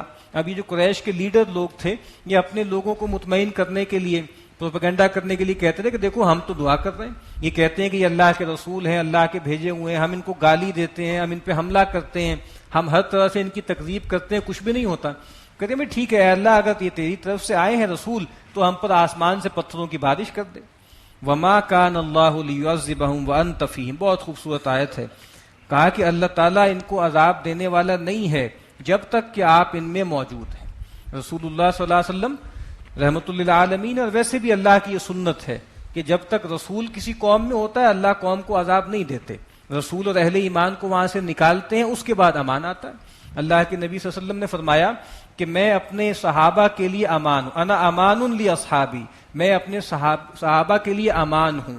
جب مجھے اٹھا لیا جائے گا تو میرے صحابہ پہ وہ کچھ آئے گا جس کی ان کو وعید سنائی گئی ہے، کہا کہ وہ اصحابی امان لامتی، اور میرے صحابہ میری امت کے لیے امان ہیں، اور جب صحابہ کو اٹھا لیا جائے گا تو پھر میری امت پر وہ آزمائشیں آئیں گی جس کا ان سے وعدہ کیا گیا۔ سیدنا ابو ہریرہ فرماتے ہیں کہ تمہیں دو امانیں دی گئی تھیں، ایک امان یہ تھی کہ اللہ کے رسول صلی اللہ علیہ وسلم جب تک تمہارے اندر ہیں تمہیں عذاب نہیں آئے گا، اور دوسری امان کیا ہے؟ وما کان اللہ معذبہم وہم یستغفرون، اور اللہ تعالیٰ ہرگز ان کو عذاب نہیں دے گا اس حال میں کہ وہ استغفار کرتے ہیں۔ ایک امان قیامت تک ہے، اور وہ امان کیا ہے کہ جب تک لوگ اللہ سے گناہوں کی معافی مانگے، استغفار کریں، تو اللہ تعالیٰ ان کو عذاب نہیں دے گا۔ اسی لیے آپ دیکھیے ہمارے اکابرین کا، ہمارے اسلاف کا یہ رویہ رہا کہ بہت سے اذکار ہیں اللہ کے نبی صلی اللہ علیہ وسلم نے بتائے ہیں، بہت سے دعائیں ہیں، لیکن دو چیزیں وہ ہمیشہ کہتے ہیں کہ ان کا معمول کبھی نہیں چھوٹنا چاہیے۔ ایک درود کا، نبی اکرم صلی اللہ علیہ وسلم پہ درود بھیجنا، اللہم صلی علی محمد وعلی آل محمد، اور ایک استغفار۔ یہ دو چیزیں ایسی ہیں کہ جو زندگی میں ہمارے ساتھ لازمی ہونی چاہیے کہ رسول اللہ صلی اللہ علیہ وسلم پر کثرت سے درود بھیجیں اور استغفار کریں، تو یہی گارنٹی ہے کہ پھر اللہ تعالیٰ کے عذاب سے ہم بچ سکیں۔ وما لهم الا يعذبهم الله وهم يصدون عن المسجد الحرام، اور کیا ہے ان کے لیے خاص بات، یا ان کو کیا سرخاب کے پر لگے ہیں کہ اللہ ان کو عذاب نہ دے۔ وهم يصدون عن المسجد الحرام وما كانوا اولیاء، کہ وہ تو روکتے ہیں لوگوں کو مسجد حرام سے اور وہ اس کے متولی نہیں ہیں، وہ اس کے ولی نہیں ہیں۔ ان اولیاءه الا المتقون، اصل میں مسجد حرام کے متولی کون ہے؟ جو متقین ہیں، ولکن اکثرهم لا يعلمون، لیکن ان کی اکثریت جانتی نہیں۔ تو اس طرح ایک موقع پہ کسی قبیلے والوں نے جو مشرک تھے انہوں نے دعویٰ کیا کہ یہ محمد صلی اللہ علیہ وسلم ہمیں ان کی ولایت حاصل ہے، تو آپ کھڑے ہوئے، آپ نے خطبہ دیا، آپ نے کہا ان آل فلان لیسوا باولیاء، یہ فلاں جو قبیلے والے ہیں جو دعویٰ کر رہے ہیں ان کی کہ انہیں میری ولایت حاصل ہے، کوئی ولایت حاصل نہیں ہے۔ ان اولیائی المتقون، میرے ولی تو متقین ہیں، من کانو و حیثو کانو، جو کوئی ہے اور جہاں کہیں ہے، قیامت تک جو بھی متقی ہے اس کو رسول اللہ صلی اللہ علیہ وسلم کی ولایت حاصل ہے۔ ولیکن اکثرهم لا يعلمون، لیکن ان کی اکثریت جانتی نہیں۔ وما كان صلاتهم عند البيت الا مكاء وتصدیہ، تو یہ کیسے متولی ہو سکتے ہیں کعبۃ اللہ کے کہ انہوں نے تو کعبے کے پاس جو یہ نماز پڑھتے ہیں، جو عبادت کرتے ہیں، اس میں سیٹیاں اور تالیاں اختیار کر لی ہیں، بس ان کی نماز کیا رہے گی؟ یہ تالیاں پیٹنا اور سیٹیاں بجانا۔ آج بھی آپ دیکھیے مسلمانوں کا حال یہی ہو گیا ہے کہ کنسسٹنسی کے ساتھ اللہ کی بندگی کرنا، سال کے 12 مہینے اللہ کی عبادت پہ قائم رہنا، یہ ان کے لیے بہت مشکل ہے۔ بس کچھ دن تجویز کر لیے ہیں، رمضان المبارک ہے، لیلۃ القدر ہے، شب برات ہے، شب معراج ہے، اور اس طرح کچھ ایونٹس ہیں، تو اس میں جو ہے وہ کچھ نعتیں پڑھ لیں اور کچھ جو ہے وہ تماشا کر لیا اور سمجھ لیا کہ بس اللہ کے حقوق ادا ہو گئے۔ تو آج بھی دین کو کھیل تماشا بنا دیا گیا ہے، اور خاص طور پہ میڈیا کے آنے کے بعد تو بچشم سر دیکھ سکتے ہیں کہ دین کی کیا گت بن رہی ہے اور دین پر کیا ظلم ہو رہا ہے۔ فذوقوا العذاب بما کنتم تکفرون، تو اپنے کفر کی پاداش میں اب اس عذاب کا مزہ چکھو۔ ان الذین کفروا ينفقون اموالهم لیصدوا عن سبیل اللہ، بے شک وہ لوگ جنہوں نے کفر کیا وہ اپنے مال خرچ کرتے ہیں تاکہ وہ روکیں لوگوں کو اللہ کی راہ سے، یعنی مشرکین بھی تو فنڈ کر رہے ہیں نا، انہوں نے بھی تو فنڈ ریزنگ کی تھی بدر کے لیے، اور بدر میں جو نقصان ہوا ہے تو خاص طور پہ بہت سے لوگوں نے کہا کہ جو اب قافلہ آیا ہے جس میں 50,000 دینار کا سامان ہے، یہ سارا بھی وقف کر دیا جائے تیاری کے لیے کہ اگلا حملہ ان کے اوپر ہم کریں۔ فَسَيُنْفِقُونَهَا، تو یہ عنقریب اور خرچ کریں گے، ثُمَّ تَكُونُ عَلَيْهِمْ حَسْرَةً، پھر یہ سب ان کے لیے حسرت کا باعث ہوگا، ثُمَّ يُغْلَبُونَ، اور یہ سب مغلوب کر دیے جائیں گے، وَالَّذِينَ كَفَرُوا إِلَى جَهَنَّمَ يُحْشَرُونَ، اور وہ لوگ جنہوں نے کفر کیا ہے ان کو ہانکا جائے گا جہنم کی طرف، لِيَمِيزَ اللَّهُ الْخَبِيثَ مِنَ الطَّيِّبِ، تاکہ اللہ تعالیٰ ممیز کر دے ناپاک کو پاک سے، وَيَجْعَلَ الْخَبِيثَ بَعْضَهُ عَلَى بَعْضٍ، اور اللہ تعالیٰ ناپاک کو ایک دوسرے کے اوپر رکھے، فَيَرْكُمَهُ جَمِيعًا، اور پھر اس کا ایک ڈھیر لگا دے، فَيَجْعَلَهُ فِي جَهَنَّمَ، اور پھر اس کو اکٹھا کر کے جہنم میں ڈال دے۔ اس طرح کوڑا کرکٹ ہوتا ہے، اس کو جمع کیا جاتا ہے اور جمع کر کے آگ لگا دی جاتی۔ اولئک هم الخاسرون، یہی لوگ ہیں جو خسارہ پانے والوں میں سے ہیں۔ یہ بہت اہم بات ہے کہ یہ جو عذاب نازل ہوا ہے اس میں تدریج کیوں تھی، اس کی حکمت بتائی ہے۔ ایک تو یہ کہ یہ بھی سارے اقدامات کر لیں، اور دوسری بات یہ ہے کہ بالکل سیگریگیشن ہو جائے. دیکھیں پہلے جب عذاب آتا تھا نا تو تھوڑے سے لوگ ہوتے تھے، رسول کے ساتھ وہ اللہ تعالیٰ ان کو نکال کے لے جاتے تھے الگ، اور پھر پوری قوم پہ عذاب آ جاتا تھا.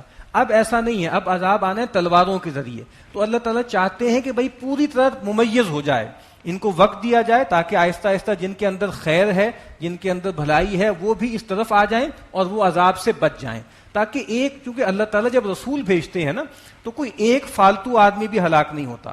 یعنی جو مشرکین ہیں، کفار ہیں، مجرمین ہیں، ان سب کو مار دیا جاتا ہے اور اہل ایمان کو بچا لیا جاتا ہے. ظاہری بات ہے وہ شہید ہوتے ہیں لیکن وہ عذاب کی لپیٹ میں نہیں آتے. قل للذین کفروا ان ینتہوا یغفر لہم ما قد سلف. اے نبی ان سے کہہ دیجئے جو جن لوگوں نے کفر کیا کہ اگر ابھی بھی وہ باز آ جائیں تو پہلے جو کچھ وہ کر چکے اس کو معاف کر دیا جائے گا. ان الاسلام یہدم ما کان قبلہ، اسلام اپنے سے پہلے تمام برے اعمال کو گرا دیتا ہے. وہیں یعودوا فقد مضت سنت الاولین، اور اگر پھر بھی یہ اعادہ کریں گے تو پرانے لوگوں کی سنت گزر چکی ہے، بتا چکے ہیں ہود کے ساتھ کیا ہوا، ہود کی قوم کے ساتھ کیا ہوا، صالح کی قوم کے ساتھ کیا ہوا. وقاتلوہم حتی لا تکون فتنہ، اور اے مسلمانوں ان سے قتال کرتے رہو یہاں تک کہ فتنہ فرو نہ ہو جائے. ویکون الدین کلہ للہ، اور حکم اور اطاعت ساری کی ساری اللہ کے لیے نہ ہو جائے. فتنہ کسے کہتے ہیں؟ فتنہ کہتے ہیں پرسیکیوشن کو، لوگوں کو شرک پر، کفر پر مجبور کرنا جبرن. تو کہا کہ اے مسلمانوں اس شرک اور کفر کے نظام کو ختم کر دو، اور اس کے بعد ٹھیک ہے آزادی سے جو چاہے ایمان لے آئے، جو چاہے کفر کرے. فَإِنِ انتَهُوا فَإِنَّ اللَّهَ بِمَا يَعْمَلُونَ بَصِيرٌ، تو پھر اگر وہ باز آ جائیں تو بے شک جو کچھ تم یہ عمل کرتے ہیں اللہ اس کو دیکھتا ہے. وَإِن تَوَلَّوْا فَاعْلَمُوا أَنَّ اللَّهَ مَوْلَاكُمْ، اور اگر پھر بھی یہ روگردانی کریں تو جان لو کہ اللہ تعالیٰ تمہارا حمایتی ہے. نعم المولا و نعم النصیر، کیا ہی خوب حمایتی ہے اور کیا ہی اچھا مددگار ہے. وَاعْلَمُوا أَنَّمَا غَنِمْتُم مِّن شَيْءٍ فَأَنَّ لِلَّهِ خُمُسَهُ، تو کہا کہ جان لو جو کچھ بھی تمہیں غنیمت ملے تو اس کا 5واں حصہ اللہ کے لیے ہے، وللرسول، اور رسول کے لیے ہے، ولذی القربى، اور ان کے قرابت داروں کے لیے ہے، والیتامى والمساکین وابن السبیل، اور یتیموں، مسکینوں اور مسافروں کے لیے ہے. اب یہاں پر بتا دیا گیا ہے کہ بھائی قانون کیا ہے غنیمت کا. جو مال فے ہے وہ تو سارا کا سارا اللہ اس کے رسول کا ہے، ان کی ڈسکریشن پر ہے. جو ویسے جہاں جنگ ہوتی ہے باقاعدہ وہاں پھر کیا ہوتا ہے کہ 5واں حصہ یعنی 20% جو ہے وہ اللہ کے رسول صلی اللہ علیہ وسلم کو ملتا ہے، اور وہ ان مدات میں خرچ کرتے ہیں، اپنے اوپر خرچ کرتے ہیں، اپنے قرابت داروں پر اور ان باقی مدوں میں. اب بہت سے فقہا یہ کہتے ہیں کہ اب ان میں سے پہلی 2 مدات ختم ہو گئی ہیں، باقی 3 چیزیں موجود ہیں. اور کچھ لوگ کہتے ہیں کہ نہیں، رسول اللہ صلی اللہ علیہ وسلم کے جو قرابت دار ہیں جن کے ساتھ ان کا نسلی تعلق ہے ان کو ابھی بھی یہ حصہ جائے گا. اور اہل تشیع میں تو آپ کو معلوم ہے کہ ابھی بھی خمس جو ہے وہ جاری ہے، اور وہ ان کے اہل بیت کو اور دینی اداروں کو اور وقف کو جاتا ہے. اور اسی لیے آپ دیکھیں کہ وہاں پر زکوٰۃ وغیرہ کی کوئی تلقین نہیں ہے، نہ زکوٰۃ وغیرہ کا خاص ذکر ہے. سارا زور جو ہے وہ خمس پر ہے کہ یہ جو ہے وہ 20واں حصہ یعنی 20% یا 5واں حصہ دیا جاتا ہے. ان کنتم، اور اس کے بعد جو باقی 80% ہے یا 4 حصے ہیں 5 میں سے، وہ دیے جائیں گے جو مجاہدین لڑے ہیں ان کو.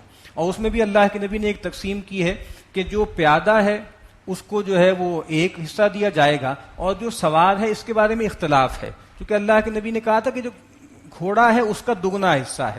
تو کچھ لوگ یہ کہتے ہیں کہ پیادہ کو 1 ملے گا اور گھوڑے والے کو دگنا ملے گا، کیونکہ بعد وہ گھوڑا بھی پال رہا ہے، اس پہ خرچ کر رہا ہے. اور کچھ لوگ کہتے ہیں کہ نہیں، گھوڑے کے 2 حصے ہیں اور اس آدمی کا ایک اور حصہ ہے. تو وہ کہتے ہیں کہ پیادہ کو 1 حصہ اور جو سوار ہے اس کو 3 حصے. یہ تھوڑا سا اختلاف. ان کنتم آمنتم باللہ وما انزلنا علی عبدنا یوم الفرقان یوم التقى الجمعان، اگر تم ایمان رکھتے ہو اللہ پر اور اس پر جو ہم نے اتارا فیصلے کے دن، یوم التقى الجمعان، جس دن بھڑی تھی 2 فوجیں. یعنی فرقان کا دن کیا تھا؟ وہ بدر کا دن تھا. واللہ علی کل شیء قدیر، اور جو کچھ تم، اللہ تعالیٰ ہر چیز پر قادر ہے. اذ انتم بالعدوۃ الدنیا وهم بالعدوۃ القصویٰ، جب تم جو ہے وہ قریب کے کنارے پر تھے اور وہ پرلے کنارے پر تھے، یعنی مدینہ کے ریفرنس سے. والرکب اسفل منکم، اور جو تجارتی قافلہ تھا وہ تم سے نیچے تھا ساحل کے ساتھ ساتھ.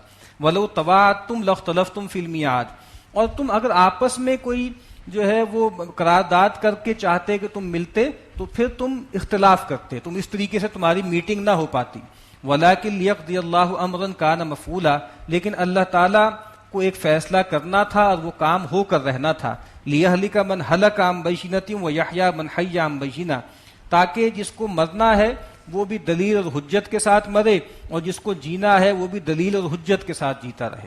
یعنی جس نے کفر اور شرک اور گمراہی کی رائے اختیار کرنی ہے وہ بھی طے ہو جائے، اور جس نے حق کی رائے اختیار کرنی ہے اس کا بھی فیصلہ ہو جائے. وَإِنَّ اللَّهَ لَسَمِيعٌ عَلِيمٌ، اور بے شک اللہ تعالیٰ سننے والا جاننے والا ہے. اِذْ يُرِيكَهُمُ اللَّهُ فِي مَنَامِكَ قَلِيلًا، جب اے اللہ کے نبی آپ کو اللہ تعالیٰ نے دکھایا ان کافروں کے گروہ کو تھوڑا، یعنی آپ کو خواب میں دکھایا کہ وہ تھوڑے ہیں. وَلَوْ أَرَاكَهُمْ كَثِيرًا، اگر وہ آپ کو دکھاتے زیادہ لَفَشِلْتُمْ، تو اے مسلمانوں تم نامردی کرتے. وَلَتَنَازَعْتُمْ فِي الْأَمْرِ، اور تم جھگڑا کرتے اس معاملے میں. وَلَكِنَّ اللَّهَ سَلَّمَ، لیکن اللہ تعالیٰ نے تمہیں محفوظ رکھا، بچا لیا. إِنَّهُ عَلِيمٌ بِذَاتِ الصُّدُورِ، بے شک وہ جانتا ہے ہر اس چیز کو جو سینوں میں ہے. یعنی رسول اللہ صلی اللہ علیہ وسلم کا خواب بھی ظاہر بات ہے غلط نہیں ہو سکتا. یعنی ان کو جو تھوڑا دکھایا تو مانوی حیثیت ان کی تھوڑی تھی نا، ظاہر بات ہے ان کا وزن بہت تھوڑا تھا، اس لحاظ سے بھی وہ تھوڑے تھے کہ بہت سے ایسے تھے ان میں سے جو بعد میں ایمان لانے والے تھے، اصل میں ان میں شامل ہی نہیں تھے وہ. وَإِذْ يُرِيكُمُوهُمْ إِذِ الْتَقَيْتُمْ فِي أَعْيُنِكُمْ قَلِيلًا وَيُقَلِّلُكُمْ فِي أَعْيُنِهِمْ لِيَقْضِيَ اللَّهُ أَمْرًا كَانَ مَفْعُولًا، اور جب تمہاری ملاقات ہوئی تو تمہاری آنکھوں میں اللہ تعالیٰ نے ان کو کم دکھایا، اور تمہیں ان کی آنکھوں میں کم دکھایا، تاکہ اللہ تعالیٰ نے جو بات طے کر دی ہے وہ ہو کر رہے. یعنی دونوں کو ایک دوسرے کو کم دکھایا گیا تاکہ کوئی بھی فرار اختیار نہ کرے اور یہ بیٹل ہو جائے یہاں پہ. وَإِلَى اللَّهِ تُرْجَعُ الْأُمُورُ، اور بے شک سارے معاملات اللہ ہی کی طرف لوٹائے جائیں گے. یا ایھا الذین آمنوا اذا لقیتم فئۃ فاثبتوا واذکروا اللہ کثیرا لعلکم تفلحون، اے وہ لوگوں جو ایمان لائے ہو، جب تمہاری مٹ بھیڑ کسی فوج سے ہو تو ثابت قدم رہو اور اللہ کو خوب یاد رکھو تاکہ تم فلاح پاؤ. تو اللہ کا ذکر جو ہے وہ کوئی گوشوں میں بیٹھ کر کرنے کی چیز نہیں ہے محض، بلکہ کیا ہے، جس طرح سورہ جمعہ میں ہم پڑھیں گے، جب اللہ کی یاد کی طرف بلایا جائے تو آؤ خطبہ اور نماز پڑھو، اور پھر جب نماز سے فارغ ہو جاؤ تو زمین میں پھیل جاؤ اور اللہ کو خوب یاد رکھو. تو یہاں بھی فرمایا جا رہا ہے کہ اصل میں جو اللہ کی یاد کا موقع ہے وہ تو میدان جنگ میں ہے، اسی سے دل میں ثبات ہوتا ہے، اطمینان ہوتا ہے. وَأَطِيعُوا اللَّهَ وَرَسُولَهُ وَلَا تَنَازَعُوا فَتَفْشَلُوا وَتَذْهَبَ رِيحُكُمْ وَاصْبِرُوا، اور دیکھو اللہ اس کے رسول کی اطاعت کرو اور آپس میں جھگڑا نہ کرو کہ تمہاری ہوا اکھڑ جائے، تم جو ہے کمزوری کا شکار ہو جاؤ اور تمہاری ہوا جاتی رہے. وَاصْبِرُوا، اور ثابت قدم رہو. إِنَّ اللَّهَ مَعَ الصَّابِرِينَ، بے شک اللہ تعالیٰ ثابت قدم رہنے والوں کے ساتھ ہے. وَلَا تَكُونُوا كَالَّذِينَ خَرَجُوا مِن دِيَارِهِمْ بَطَرًا وَرِئَاءَ النَّاسِ، اور دیکھو ان لوگوں کی مانند مت ہو جانا جو نکلے تھے اپنے گھروں سے اتراتے ہوئے اور دکھاوا کرتے ہوئے لوگوں کو. وَيَصُدُّونَ عَن سَبِيلِ اللَّهِ، اور وہ لوگوں کو روکتے تھے اللہ کی راہ سے. وَاللَّهُ بِمَا يَعْمَلُونَ مُحِيطٌ، اور جو کچھ یہ عمل کر رہے ہیں اللہ نے اس کا احاطہ کیا ہوا ہے. اب یہ مشرکین کی طرف اشارہ ہے کہ نکلے تھے بہت کیل کانٹے سے لیس اور بہت ڈھول ڈھمکا کے ساتھ نکلے تھے، تو کہا کہ ان لوگوں کی مانند مت ہو جانا. وَيَزَيَّنُ لَهُمُ الشَّيْطَانُ أَعْمَالَهُم، اور جب شیطان نے مزین کر دیا ان کے لیے ان کے اعمال. وقال لا غالب لكم اليوم من الناس، اور اس نے مشرکین سے کہا کہ آج کے دن تم پر کوئی غالب نہیں ہوگا. وانی جار لکم، اور میں تمہارا حمایتی ہوں. فلما تراءت الفئتان، اور جب اس نے دیکھا دونوں فوجوں کو آمنے سامنے، یعنی شیطان نے، نکص علی عقبیہ، تو پھر گیا اپنی ایڑیوں کے بل. وقال انی بریء منکم، انہوں نے کہا کہ میں تم سے اعلان برات کرتا ہوں. انی ارا ما لا ترون، میں وہ دیکھتا ہوں جو تم نہیں دیکھتے. یعنی ظاہری بات ہے میں تو دیکھ رہا ہوں کہ فرشتوں کی فوجیں بھی اتری ہوئی ہیں. انی اخاف اللہ، میں تو اللہ سے ڈرتا ہوں. واللہ شدید العقاب، اور اللہ کا عذاب سخت ہے. یہ ظاہر بات ہے وسوسے بھی ڈالے، اور تاریخ میں واقعات بھی آتے ہیں کہ سراقہ بن مالک جو ہے وہ بنو کنانہ ایک قبیلہ تھا، اور ان کی مٹ بھیڑ ہوتی رہتی تھی قریش کے ساتھ. تو قریش کو ڈر تھا کہ ہم اگر نکلے ان کا مقابلہ کرنے کے لیے تو پیچھے کوئی وہ حملہ نہ کر دیں یا کوئی ایسا معاملہ نہ ہو جائے. تو شیطان نے اس کا بحروب بھرا سراقہ بن مالک کا، اور ان کے سرداروں کے پاس آیا اور کہا کہ بے فکر ہو جاؤ، میری طرف سے تمہیں کوئی اندیشہ نہیں، ٹھیک ہے، لیکن اور میں تمہارا ساتھ دوں گا. اور جب یہ جنگ کا موقع آیا تو پیٹ دکھا کے بھاگ گیا. اور یہ اس کی آگے ہم دیکھیں گے سورہ حشر میں بیان ہو رہا ہے کہ یہ اس کا رویہ ہے کہ پہلے لوگوں کو برائی پہ اکساتا ہے، برائی پر لے کر آتا ہے، اور بعد میں جو ہے وہ ساتھ چھوڑ دیتا ہے. اذ یقول المنافقون والذین فی قلوبہم مرض، جب کہنے لگے منافقین اور وہ لوگ جن کے دلوں میں روگ ہے، غر ہؤلاء دینہم، ان کے دین نے تو ان کو دھوکے میں ڈال دیا، یا ان کے دین نے تو ان کو مغرور کر دیا. یہ معلوم نہیں کس چیز پر اتراتے ہیں. اتنے تھوڑے سے لوگ ہیں، اتنے کم اسباب کے ساتھ، اتنے بڑے لشکر کے ساتھ بھیڑنے جا رہے ہیں، معلوم نہیں کیا ہوا ان کے ساتھ. تو کہا کہ نہیں، یہ کوئی مغرور لوگ نہیں ہیں، یہ کسی غرور کا دھوکے کا شکار نہیں ہے، یہ اصل میں اللہ پر اعتماد کرتے ہیں. وَمَن يَتَوَكَّلْ عَلَى اللَّهِ فَإِنَّ اللَّهَ عَزِيزٌ حَكِيمٌ، اور جو کوئی بھی اللہ پہ توکل کرتا ہے تو اللہ تو زبردست ہے، کمال حکمت والا۔ ظاہری بات ہے ان کو اپنی ذات پہ کوئی اعتماد نہیں ہے، ان کو اعتماد اس اللہ پر ہے جس کے حکم پر وہ یہ کام کر رہے ہیں۔ وَلَوْ تَرَىٰ إِذْ يَتَوَفَّى الَّذِينَ كَفَرُوا الْمَلَائِكَةُ يَضْرِبُونَ وُجُوهَهُمْ وَأَدْبَارَهُمْ، اور اے نبی اگر آپ دیکھیں جس وقت فرشتے قبض کرتے ہیں ان کافروں کی جانیں اور مارتے ہیں ان کے منہوں پر بھی اور ان کی پیٹھوں پر بھی، وَذُوقُوا عَذَابَ الْحَرِيقِ، اور وہ کہتے ہیں کہ چکھو اب جلا دینے والا عذاب، ذَلِكَ بِمَا قَدَّمَتْ أَيْدِيكُمْ وَأَنَّ اللَّهَ لَيْسَ بِظَلَّامٍ لِّلْعَبِيدِ، اور یہ اس کی پاداش ہے جو تمہارے ہاتھوں نے آگے بھیجا، اور بے شک اللہ تعالیٰ تو اپنے بندوں پر کچھ بھی ظلم نہیں کرتا۔ کدأب آل فرعون والذین من قبلہم، جیسا کہ دستور ہوا آل فرعون کا اور وہ لوگ جو ان سے پہلے تھے، کفروا بآیات اللہ فأخذہم اللہ بذنوبہم، یہ وہی اللہ کی سنت، ان تمام لوگوں نے اللہ کی آیات کا انکار کیا تو اللہ نے ان کو پکڑ لیا ان کے گناہوں کی پاداش میں۔ ان اللہ قوی شدید العقاب، بے شک اللہ تعالیٰ بہت قوت والا ہے اور سخت عذاب دینے والا ہے۔ ذالک بان اللہ لم یک مغیرا نعمتا انعمها علی قوم حتی یغیروا ما بانفسہم، یہ سبب سے ہے کہ اللہ تعالیٰ بدلنے والا نہیں ہے کسی نعمت کو جو اس نے کسی جو ہے قوم پر انعام کیا ہے، اس کو بدلنے والا نہیں ہے یہاں تک کہ وہ خود بدل نہ لیں اس چیز کو جو ان کے جیوں میں ہے، اپنے اندر کو نہ بدل لیں۔ وَأَنَّ اللَّهَ سَمِيعٌ عَلِيمٌ، اور اللہ تعالیٰ سننے والا جاننے والا۔ یہ آیت یہ بتا رہی ہے کہ اللہ تعالیٰ نے کسی قوم کو نوازا، اس کو نعمتیں دیں، ہدایت دی، دنیاوی نعمتیں دیں، تو کہا کہ جب تک وہ لوگ اللہ سے ٹھیک رہیں، اپنے باطن کو پاکیزہ رکھیں گے تو اللہ تعالیٰ یہ نعمتیں ان پہ برقرار رکھے گا۔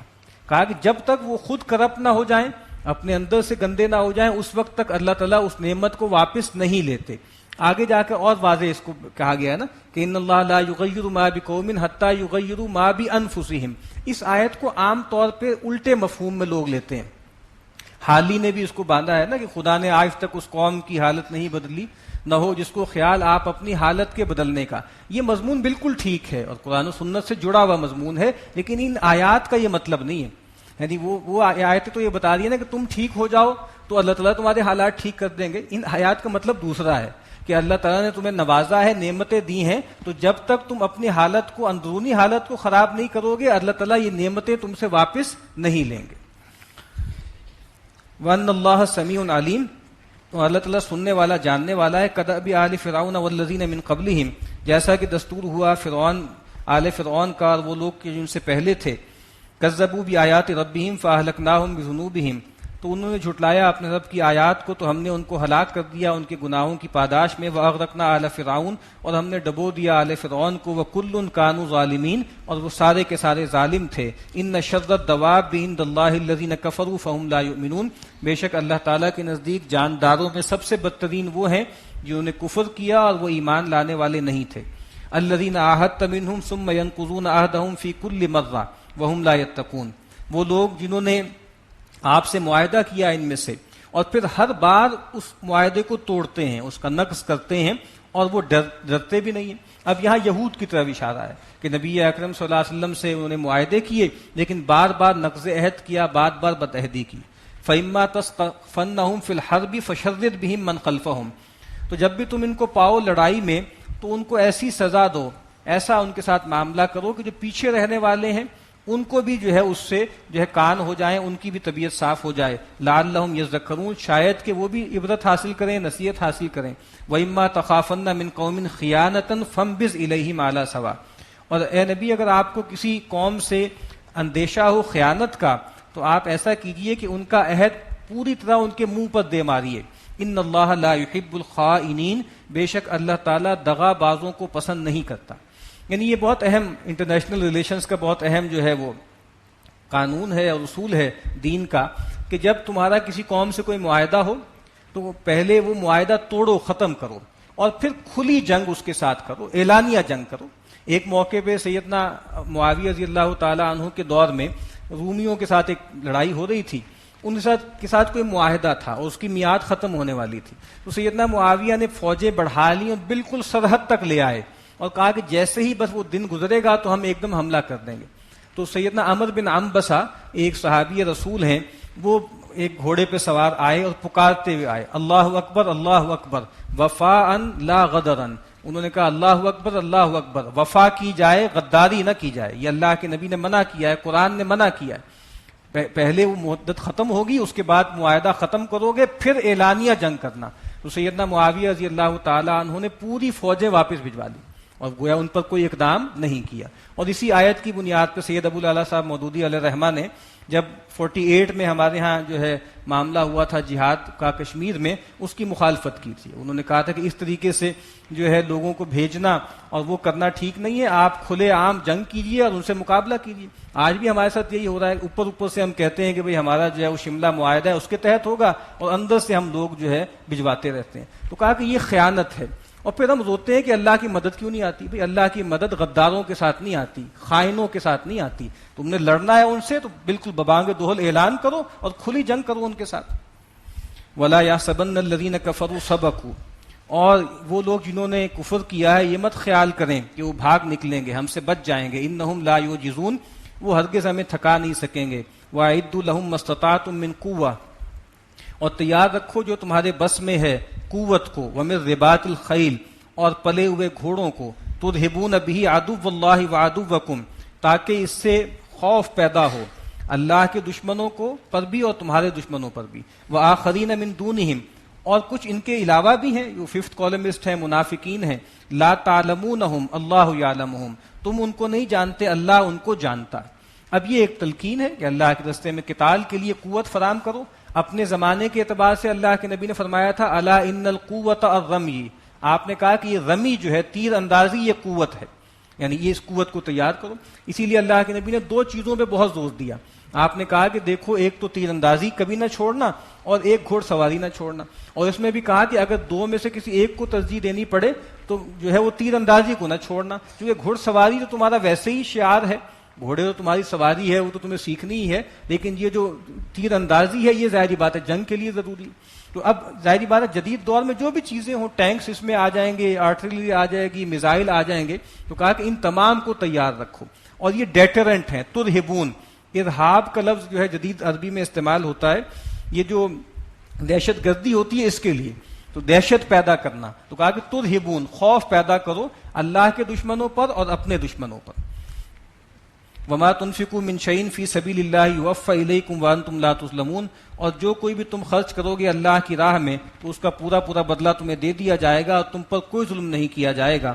وَإِن جَنَحُوا لِلسَّلْمِ فَاجْنَحْ لَهَا وَتَوَكَّلْ عَلَى اللَّهِ، اور اگر وہ جھک جائیں صلح کے لیے تو تم بھی جھک جاؤ ان کی طرف اور اللہ پہ اعتماد کرو۔ کیونکہ ظاہر جنگ کرنا، خونریزی کرنا مقصود نہیں ہے، مقصود اعلاء کلمت اللہ ہے، مقصود فتنے کا خاتمہ ہے۔ تو اگر کہا کہ اگر وہ صلح پر آمادہ ہو تو صلح کر لو۔ وَتَوَكَّلْ عَلَى اللَّهِ، اور دیکھو ڈرنا مت کہ بھائی وہ کوئی سازش کر رہے ہیں، کوئی جو ہے پیٹھ میں چھرا نہ پھیرے، اللہ پر اعتماد کرو۔ اِنَّهُ هُوَ السَّمِيعُ الْعَلِيمُ، بے شک وہ سننے والا جاننے والا ہے۔ وَإِن يُرِيدُوا أَن يَخْدَعُوكَ فَإِنَّ حَسْبَكَ اللَّهُ، اور اگر یہ اے نبی آپ کو دھوکہ دینا چاہیں گے تو بے شک اللہ تعالیٰ آپ کے لیے کافی ہے۔ هُوَ الَّذِي أَيَّدَكَ بِنَصْرِهِ وَبِالْمُؤْمِنِينَ، اس نے تو آپ کو قوت دی تھی اپنی مدد سے اور اہل ایمان کو بھی۔ یعنی کوئی دھوکہ دے رہے ہیں، کوئی چال چل رہے ہیں تو کہا کوئی بات نہیں، تم اللہ پر اعتماد کرو۔ وَأَلَّفَ بَيْنَ قُلُوبِهِمْ، اور وہی اللہ ہے جس نے ان لوگوں کے دلوں میں آپس میں الفت پیدا کر دی۔ لَوْ أَنفَقْتَ مَا فِي الْأَرْضِ جَمِيعًا مَا أَلَّفْتَ بَيْنَ قُلُوبِهِمْ، اگر یہ زمین بھر بھی مال خرچ کرتے تو وہ الفت پیدا نہ ہوتی جو اللہ نے ان کے دلوں میں ڈال دی۔ یہاں پہلے پڑھا ہے کہ وَكُنْتُمْ عَلَى شَفَا حُفْرَةٍ مِّنَ النَّارِ فَأَنقَذَكُم مِّنْهَا، تمہارے دل پھٹ چکے تھے اور تم جو ہے وہ تباہی کے جو ہے وہ گڑھے کے پاس پہنچ گئے تھے۔ تو کہا کہ اللہ نے جو محبت پیدا کی ہے، تم زمین بھر مال بھی خرچ کرتے تو وہ محبت پیدا نہ ہوتی۔ تو یہ جو الحب فی اللہ ہے نا، اللہ کے لیے محبت کرنا، یہ اتنی بڑی چیز ہے کہ آدمی کروڑوں بھی خرچ کر لے تو وہ تعلق پیدا نہیں ہوتا جو اللہ کی خاطر محبت کرنے سے پیدا ہو جاتا ہے۔